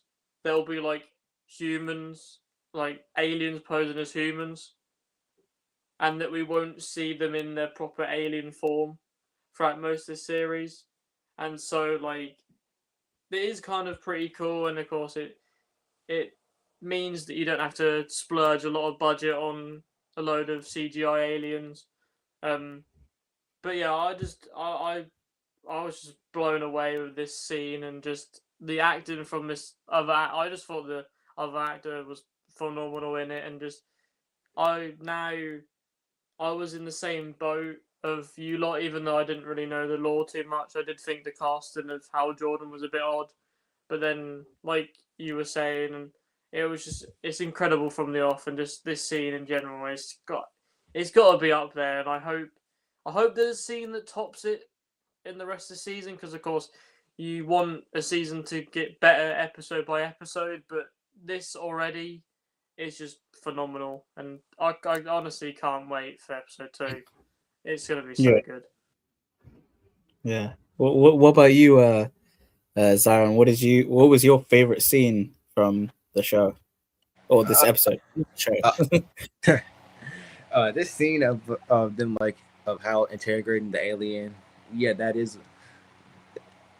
probably one of my favorite scenes. But another one that's one of my favorite scenes is when I was in the bar when Hal gave Jordan the ring. I mean, Hal gave no what? Hal Jordan. When Hal gave John the ring, and he was just talking to the woman, and then just casually, and then in the background you see Hal getting his ass beat. That was also one the best scenes from the episode, in my opinion. Mm. And yeah, if they said it would, the rest of the season has to be like as good, or if not better than this episode, with scenes like these. They have to top it in future episodes.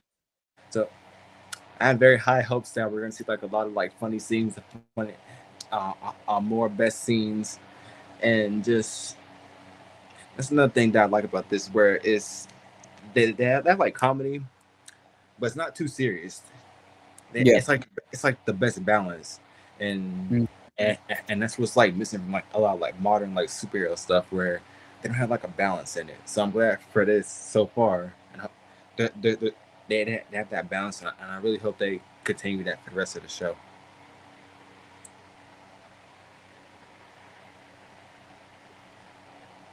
Yeah, I think because sometimes with the MCU, their comedy can be a bit too much.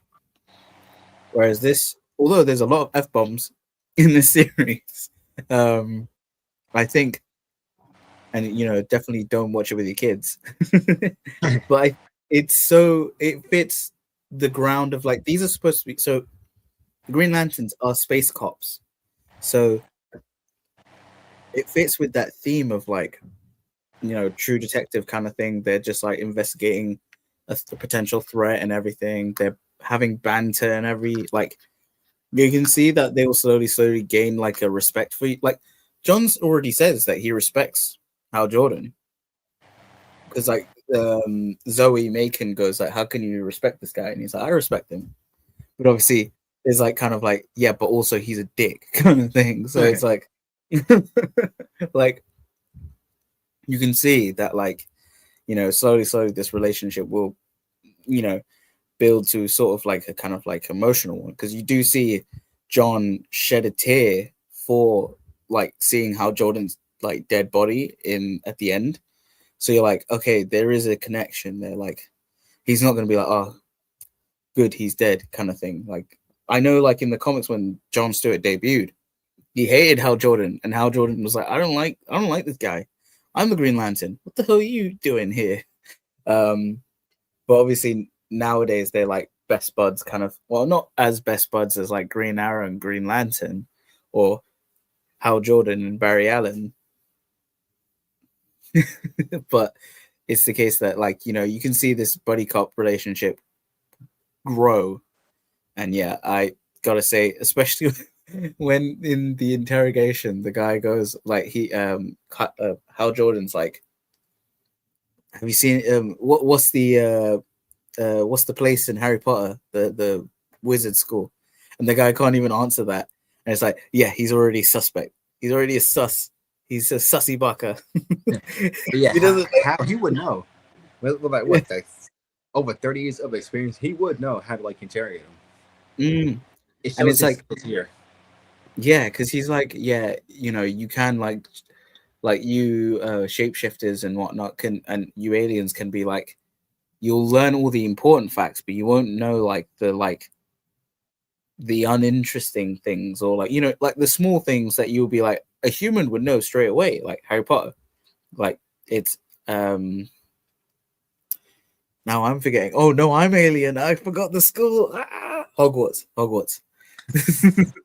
And then the fact that there was obviously when he mentions like the president, which is like the current president at that time, Barack Obama, and the guy's just like, you know, he's a president, and he's just stating facts, not. And it's just like Hal Jordan was like, "Yeah, you as an alien." And as soon as that happens, the guy just switches, like Ashwan was saying, he switches, and he's just like, "Did you even charge that ring before you came here?" And like, yeah, sure, you can protect yourself, but will it be enough to, like, who knows? Maybe my explosion might destroy the whole area. And it's like, damn, this guy knows the Green Lantern. It's not like he's not experienced the Green Lantern before. He knows. He's like, and especially he's kind of like, he's putting that doubt in Hal Jordan's mind of like, is the ring power enough? It's like, oh, did he do this? It's all this kind of like mental manipulation. And I think like you can see like how kind of getting pissed off about it, because it's like a Green Lantern would be like, I'm fearless sort of situation. Like John is like stone cold. He's like, yeah. But like how Jordan here in that scene, you could see some nervousness, and I'm like, oh damn, that's not good for a Green Lantern. Don't do it. Don't become Parallax, please, no. I really hope he doesn't become Parallax. Not for a while, at least. Not for a while. But yeah, so that was our favorite scene. But now we've got to talk about the upcoming threats in this show. Now, I know these are some images that I found from like this trailer shots. I do apologize, Zion. I know you haven't seen any of the trailer stuff, but it's without context. So, of course, we know that Sinestro was cast in the show, and obviously with Sinestro being there, that means the Yellow Lantern is not far away.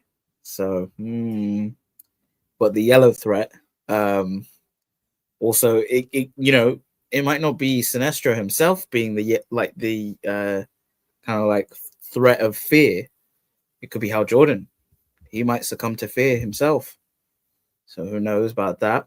We do have this character here in the middle called Antan or Anton. It's like with 2 A's. Now we have no clue who he is. Seems like a fake name. A lot of theories online think he's Atrocitus. And if you don't know who Atrocitus is, he's the leader of the Red Lantern Corps. And people have kind of noticed that each of the years that have shown have 6 at the end of each year. Now, for those who don't know, the sector that Atrocitus belongs to is Sector 666. and I think maybe another 6. Who knows? But everyone is like, "Oh, it's the connections. We're doing the Charlie Day situation. We're all scrambling for the Easter eggs," and everyone thinks that he's here, maybe as a human disguise, because we can see that aliens can do human disguise on Earth. Maybe he's a Trustus, and especially what the interrogation scene showed. That guy was like, Hal Jordan was like, "What are you here for?" And he's like, "Vengeance." Now that could be in 2 different sort of scenarios. It could be for the Red Lanterns because his sector was destroyed.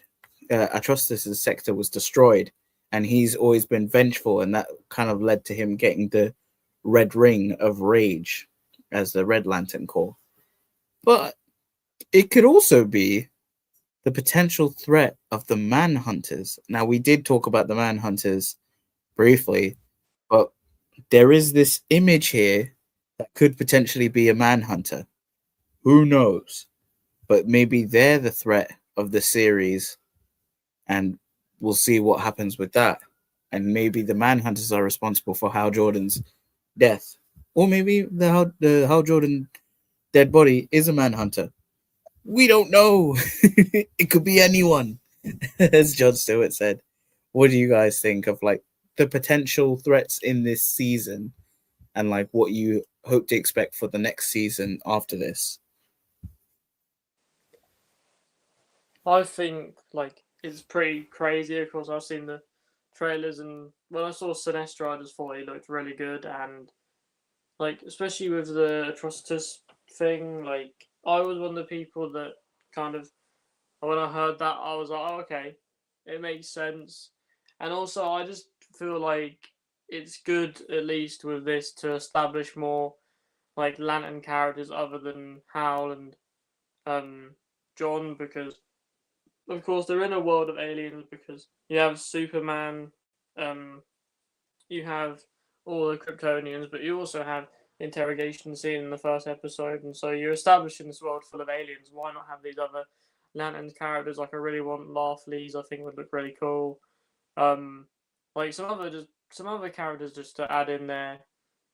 Like I just think would look really cool. And of course we were talking about the Manhunters, and of course that's an easy segue to introduce Martian Manhunter, and then have him as part of like the maybe Justice League film that they do. I don't know whether they're actually looking at doing a Justice League film at some point, but if they want to have another member, then add him within this series. But like you were saying, like what I expect from maybe a season 2, um, that I think personally that if they was to do a season 2 for this, I think season 1, as much as I would love outer space stuff, I don't mind season 1 being very grounded, but then get into outer space stuff, and then season 2 be full outer space. Personally, like maybe you start off the second season as like us thinking it's gonna be grounded again. You don't show anything. You show like most of the grounded stuff in the trailers for season 2, but then like majority of the season is actually out of space and doing all this certain stuff, because there's so much that they can do, at least that I know of. I know there's a lot that they can do, and so I wouldn't mind that. But I think that if they do a season 2, it's definitely going to come out probably like a year or 2 after Man of Tomorrow, if not the same year, just because I think that season 2 will take place after that. And I feel like we were saying earlier, that Jon Stewart's look at Hal's supposed death, I think that's going to be his look in Man of Tomorrow, and I kind of want it to be. So yeah, I am very excited for what the future brings with the Lanterns, just because we've got Sinestro, we've got like other stuff, but I wanted to see more characters, just because they all have very great designs, and like just the colors as well. Like they've got to be very bright. Like I know I've only seen Hal Jordan's suit, not that much, but it doesn't seem like the brightest. But like, and I just hope that with the other characters, they're very bright, and so because it is all the whole like basic concept of lanterns is just colors, very bright, Mm. like it's just a load of colors. And so to have a show that is kind of a bit grounded and not really like it's not dull and it's not grey, but it doesn't have that many colors in it just yet. And Yeah, so I hope that coming into the back of the further end of the season, we get like a whole bunch of colors because certain stuff I've seen in the trailers, I can't wait to see later on some episodes because it look awesome. yeah, and like plenty of colors to choose from. Let's hope we see some stuff. But what about you, Simon? What do you think? Like, who do you think the threat is, and who do you think like could have killed Hal Jordan, if you will? The obvious answer would be like Sinestro, but one thing that I do like about this DC universe is that they focus on. They don't just get to focus on like the nemesis, Mm. but so I don't think Sinestro has anything to do with him. Mm. Okay. But if it is, then I know like this will be like in the future. It'll be like an amazing adaptation of Sinestro because of how they did like Lex Luthor in Superman. So they already have that hero and their nemesis dynamic. So I'm really looking forward to like Sinestro's like dynamic with both the lanterns, and it being Atrocitus. Maybe I it's there's so many opportunities like we have Sinestro, Atrocitus, the Manhunters, and we have William and his whole family. So like it could either be one of those four that does like responsible. But yeah, it could for me it's like 25% each because like it could be either of them. Yeah. But Atrocitus, I do like how like again like they're going to bring like other colors in there because yeah, it's called lanterns. It's not called like green. It's not called like Green Lanterns. And at first, I always thought that was kind of strange that they call it like Green Lantern. That it's just like lanterns. But now, like after watching the first episode and seeing like this, yeah, I can see why it's just called lanterns because they're gonna focus on other lanterns like the.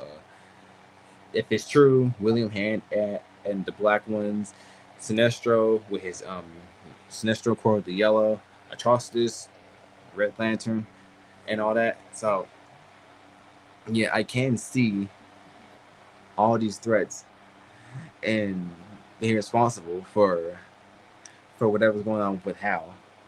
It's just the question is it's just like we'll obviously like find more about that like later down in the show, but right now they have done like a good job of like getting me like engaged with it because like I'm so curious to see like which out of the 40s is like responsible. Like, is it just one of them? Are they like teaming up?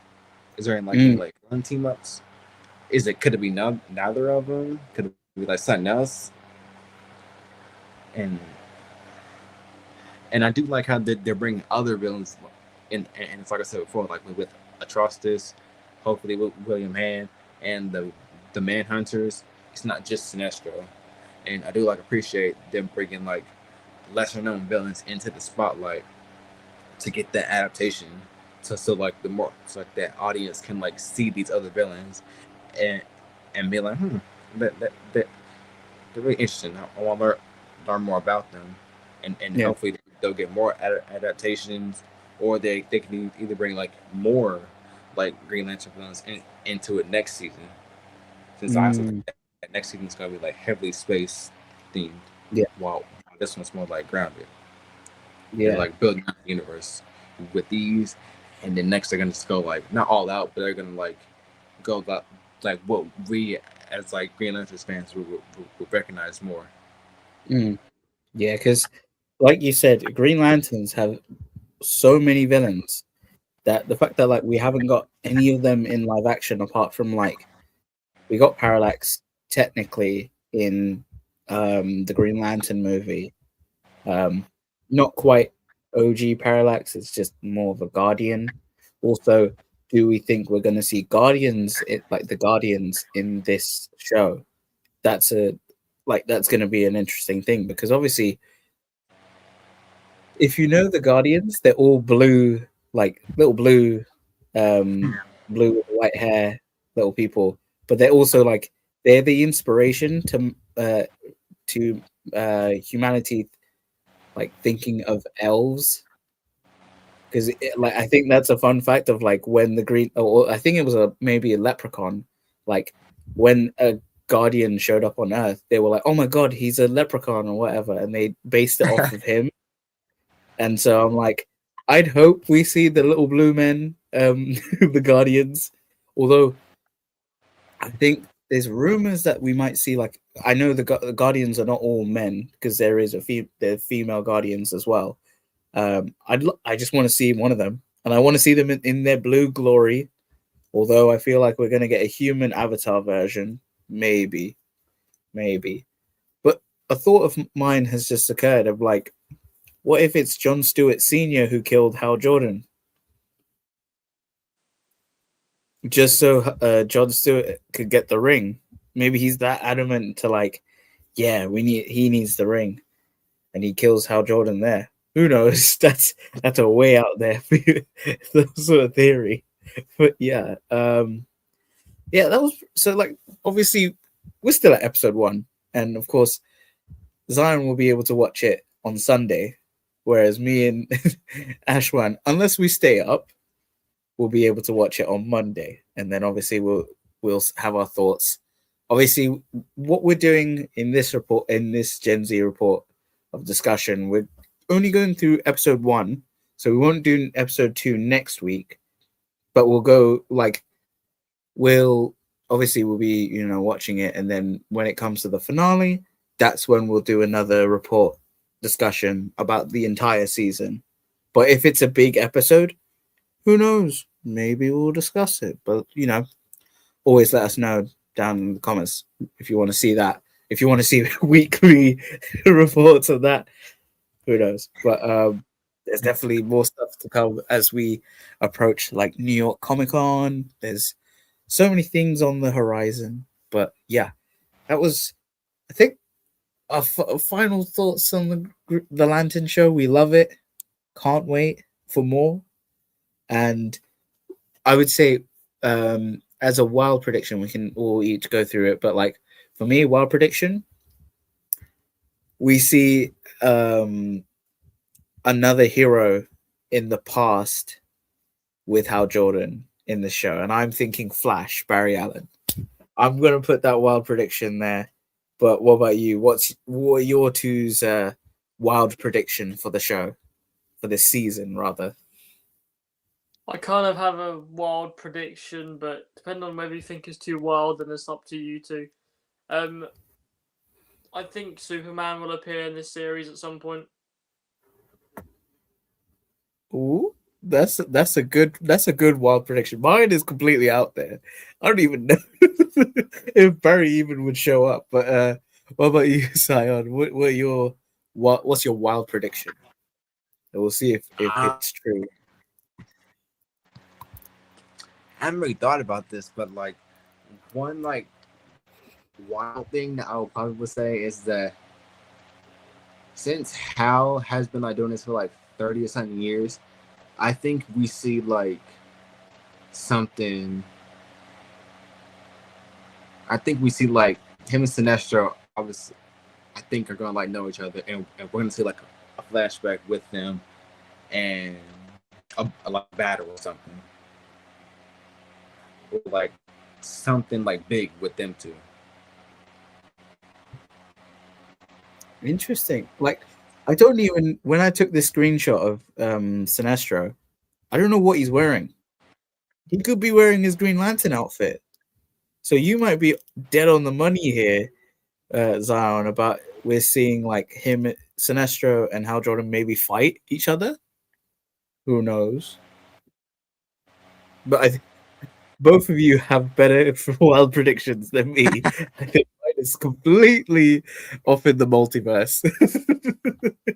I just want to see, like, I think a lot of people want to see, you know, I think the friendship of Hal and Barry Allen, because I think that's what we're gonna see. Like I think in this universe, Barry Allen would be the hero, like the Flash, and then maybe for the Justice League, he will either die or he will pass on the torch to Wally West. I think that's like, I mean, come on, Wally West is the better Flash. Oh, I said it! I said it! I said it! I second that. He is the best. Woo. We need Wally West, not Barry Allen. We had we had 9 seasons. They might do it because, like, with the DCU, we've been noticing that they've been doing like more legacy characters, and with like Jon Stewart and the Batman, they're doing Damian Wayne as Robin. Yeah. So we might see Wally as Barry. Wally as Barry. Wally as Barry. That's the Flash. Wally as the Flash. Yeah. I mean, I think it's definitely on the horizon. Like, if they already, like you said, they're establishing the universe being lived in, Batman's got to be more experienced. Like, he's probably going to be the longest hero that's in, like, who's an active hero, I think. Hal Jordan being like close to that because obviously he's a Green Lantern, so he's been off world and that stuff. Also, like, I would say Barry Allen, he would be like the more experienced Flash, and then he either dies in Crisis or he, just goes poof and he's gone, and we're like, what the hell? And then Wally West becomes, Flash. Either way, that has me thinking. They state that, like, on that news interview, that Hal Jordan is the first Green Lantern on Earth. But with that mural in Superman showing, like, the Hall of Heroes and that stuff, showing like past heroes and that stuff, and a lot of them were from the JSA. And we know from the JSA there is a Green Lantern. And he technically was the first Green Lantern in DC Comics, as in first Green Human Lantern. And that is none other than, let me see if I can get a proper image of him, the one and only Green Lantern, Alan Scott. Now, it is the case of, like, are they going to, like, is that going to be referenced? Like, yeah, there was a Green Lantern on Earth, but he wasn't part of the Green Lantern Corps. So, on a technicality, this guy is like the first Green Lantern, but he's not the first Green Lantern Corps.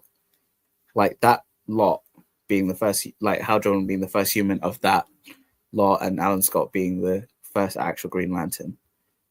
I don't know. I do hope Alan Scott is referenced because he is the first Green Lantern, but obviously his power source is completely different, and his weakness is wood. I always thought that was stupid. Yeah, I mean, like Jay Garrick Flash, how did he get his powers? Through inhaling vapors. Yeah, he was vaping, and that's how he got his powers. But yeah, I do hope we get a reference to at least Alan Scott being a Green Lantern, but obviously being like a, the Starheart version. I don't know where Ashwan went. I think he's coming back. It's okay. But Virtual Dave, aka Andrew, says, does Hal not wear a mask? That's an interesting thing. I think he does, but maybe not now in the present wears a mask, but we might see him wear a mask like in his 1996 era if they do show him like in through flashbacks, or like his prime time. Yeah, they'll show him in his prime with the mask, and maybe some scenes in the present wearing a mask, but I hope so. Honestly, Green Lantern, I think Jon Stewart is the only one out that like him and Guy don't wear masks, but Hal Jordan and a Green Lantern I do want to see next in the season 2 version of Lanterns, Kyle Rayner. Oh, if he's that would be so sick. He wears an iconic mask. Or Jessica Cruz. Is that her name? Yeah, Jessica Cruz, and then obviously her and I think it's Simone Baz or Simon Baz. They were both like Green Lanterns at the same time. So that would be a great, like maybe if that's season 3 or season 2. We know we're getting a Jessica Cruz animated series with My Adventures of Green Lantern, where she's going to be the Green Lantern.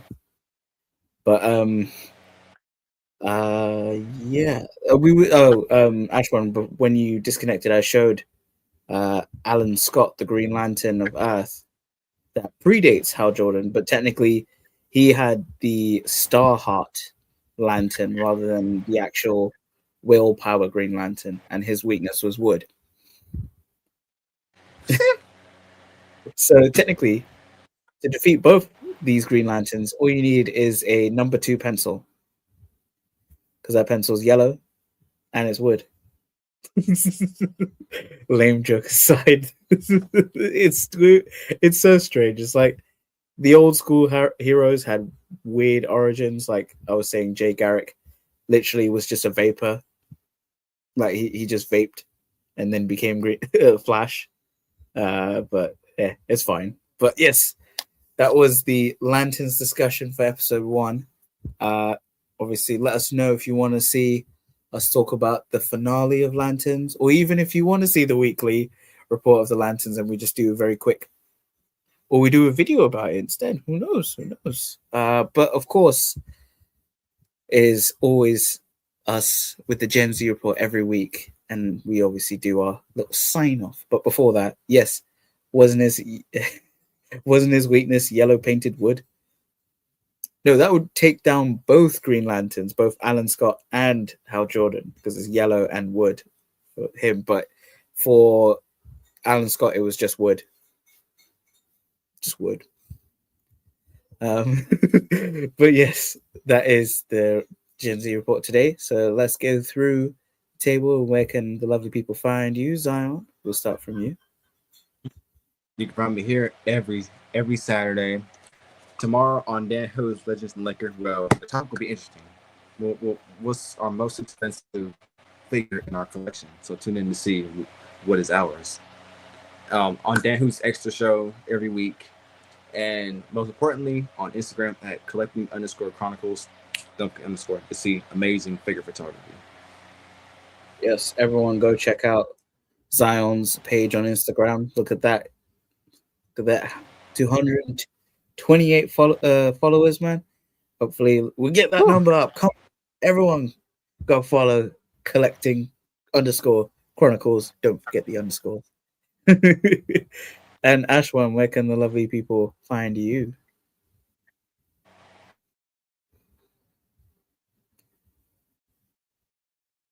Oh, Ashwan, I think you're mute. Okay, yeah. Don't worry. We'll get back to you. It's okay. I guess I'll do my sign off while we wait for Ashwan. I think it's just sometimes StreamYard is mean to Ashwan. We need to say, stop the bullying, StreamYard. Don't do that.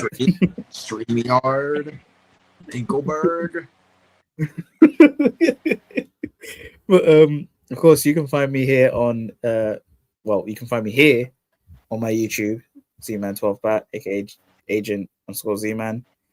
I've got 233 subscribers. Woo! Make sure the subscriber count go up. Yeah.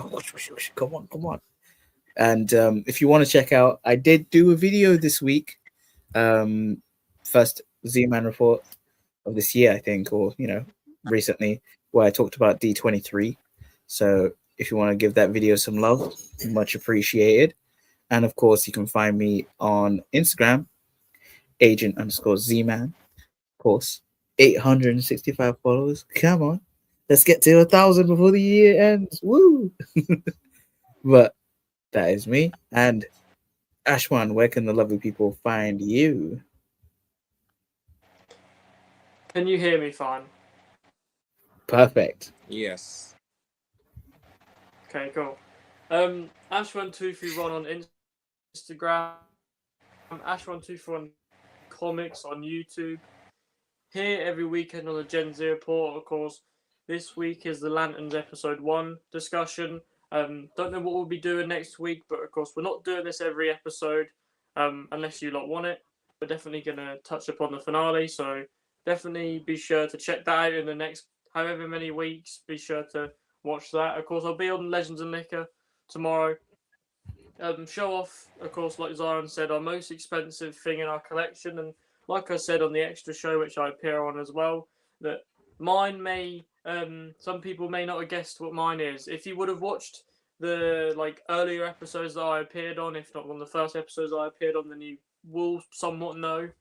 But if you haven't, then you probably wouldn't have guessed this, and I doubt I will actually show it on the live stream, just because it would be a bit difficult to try and move, so that might give a bit of a clue. But yeah, I will mention it, and I'll try to take a picture to send to Dan so people can see. But of course, Legends and Liquor and the extra show, so become a member, guys, because it helps Dan a lot. And that is it. But Yeah. Make sure you're watching Legends and Liquor tomorrow. Make sure you watch Gen Z Report every week, because you get our 3 beautiful faces every week. So There you go. And obviously go subscribe to Ashwan231 Comics on YouTube. Every week he's doing a video. So you gotta give the man some support and love, because he's crazy. He's crazy doing all these comic pickups. But it's always great. He's consistent, yes, exactly. And of course, always check him out on Instagram. But yeah, and hopefully I will be on the Legends and Liquor tomorrow. I may have been late on the DMing to Dan, so who knows? Who knows? Unless you guys can invite me through the link, who knows? Maybe I'll be the secret cameo. But yes, that is us for tonight. And yes, let's all say goodbye and roll that outro. Files you requested. The Gen Z Report, your weekly dose of awesome. Toys and comics. Covering all the topics. Week in, week out. That's what it's all about. The only source you need. The Gen Z Report. Gen Z Report. Gen Z Report. Ashwan, Zion, Z-Man.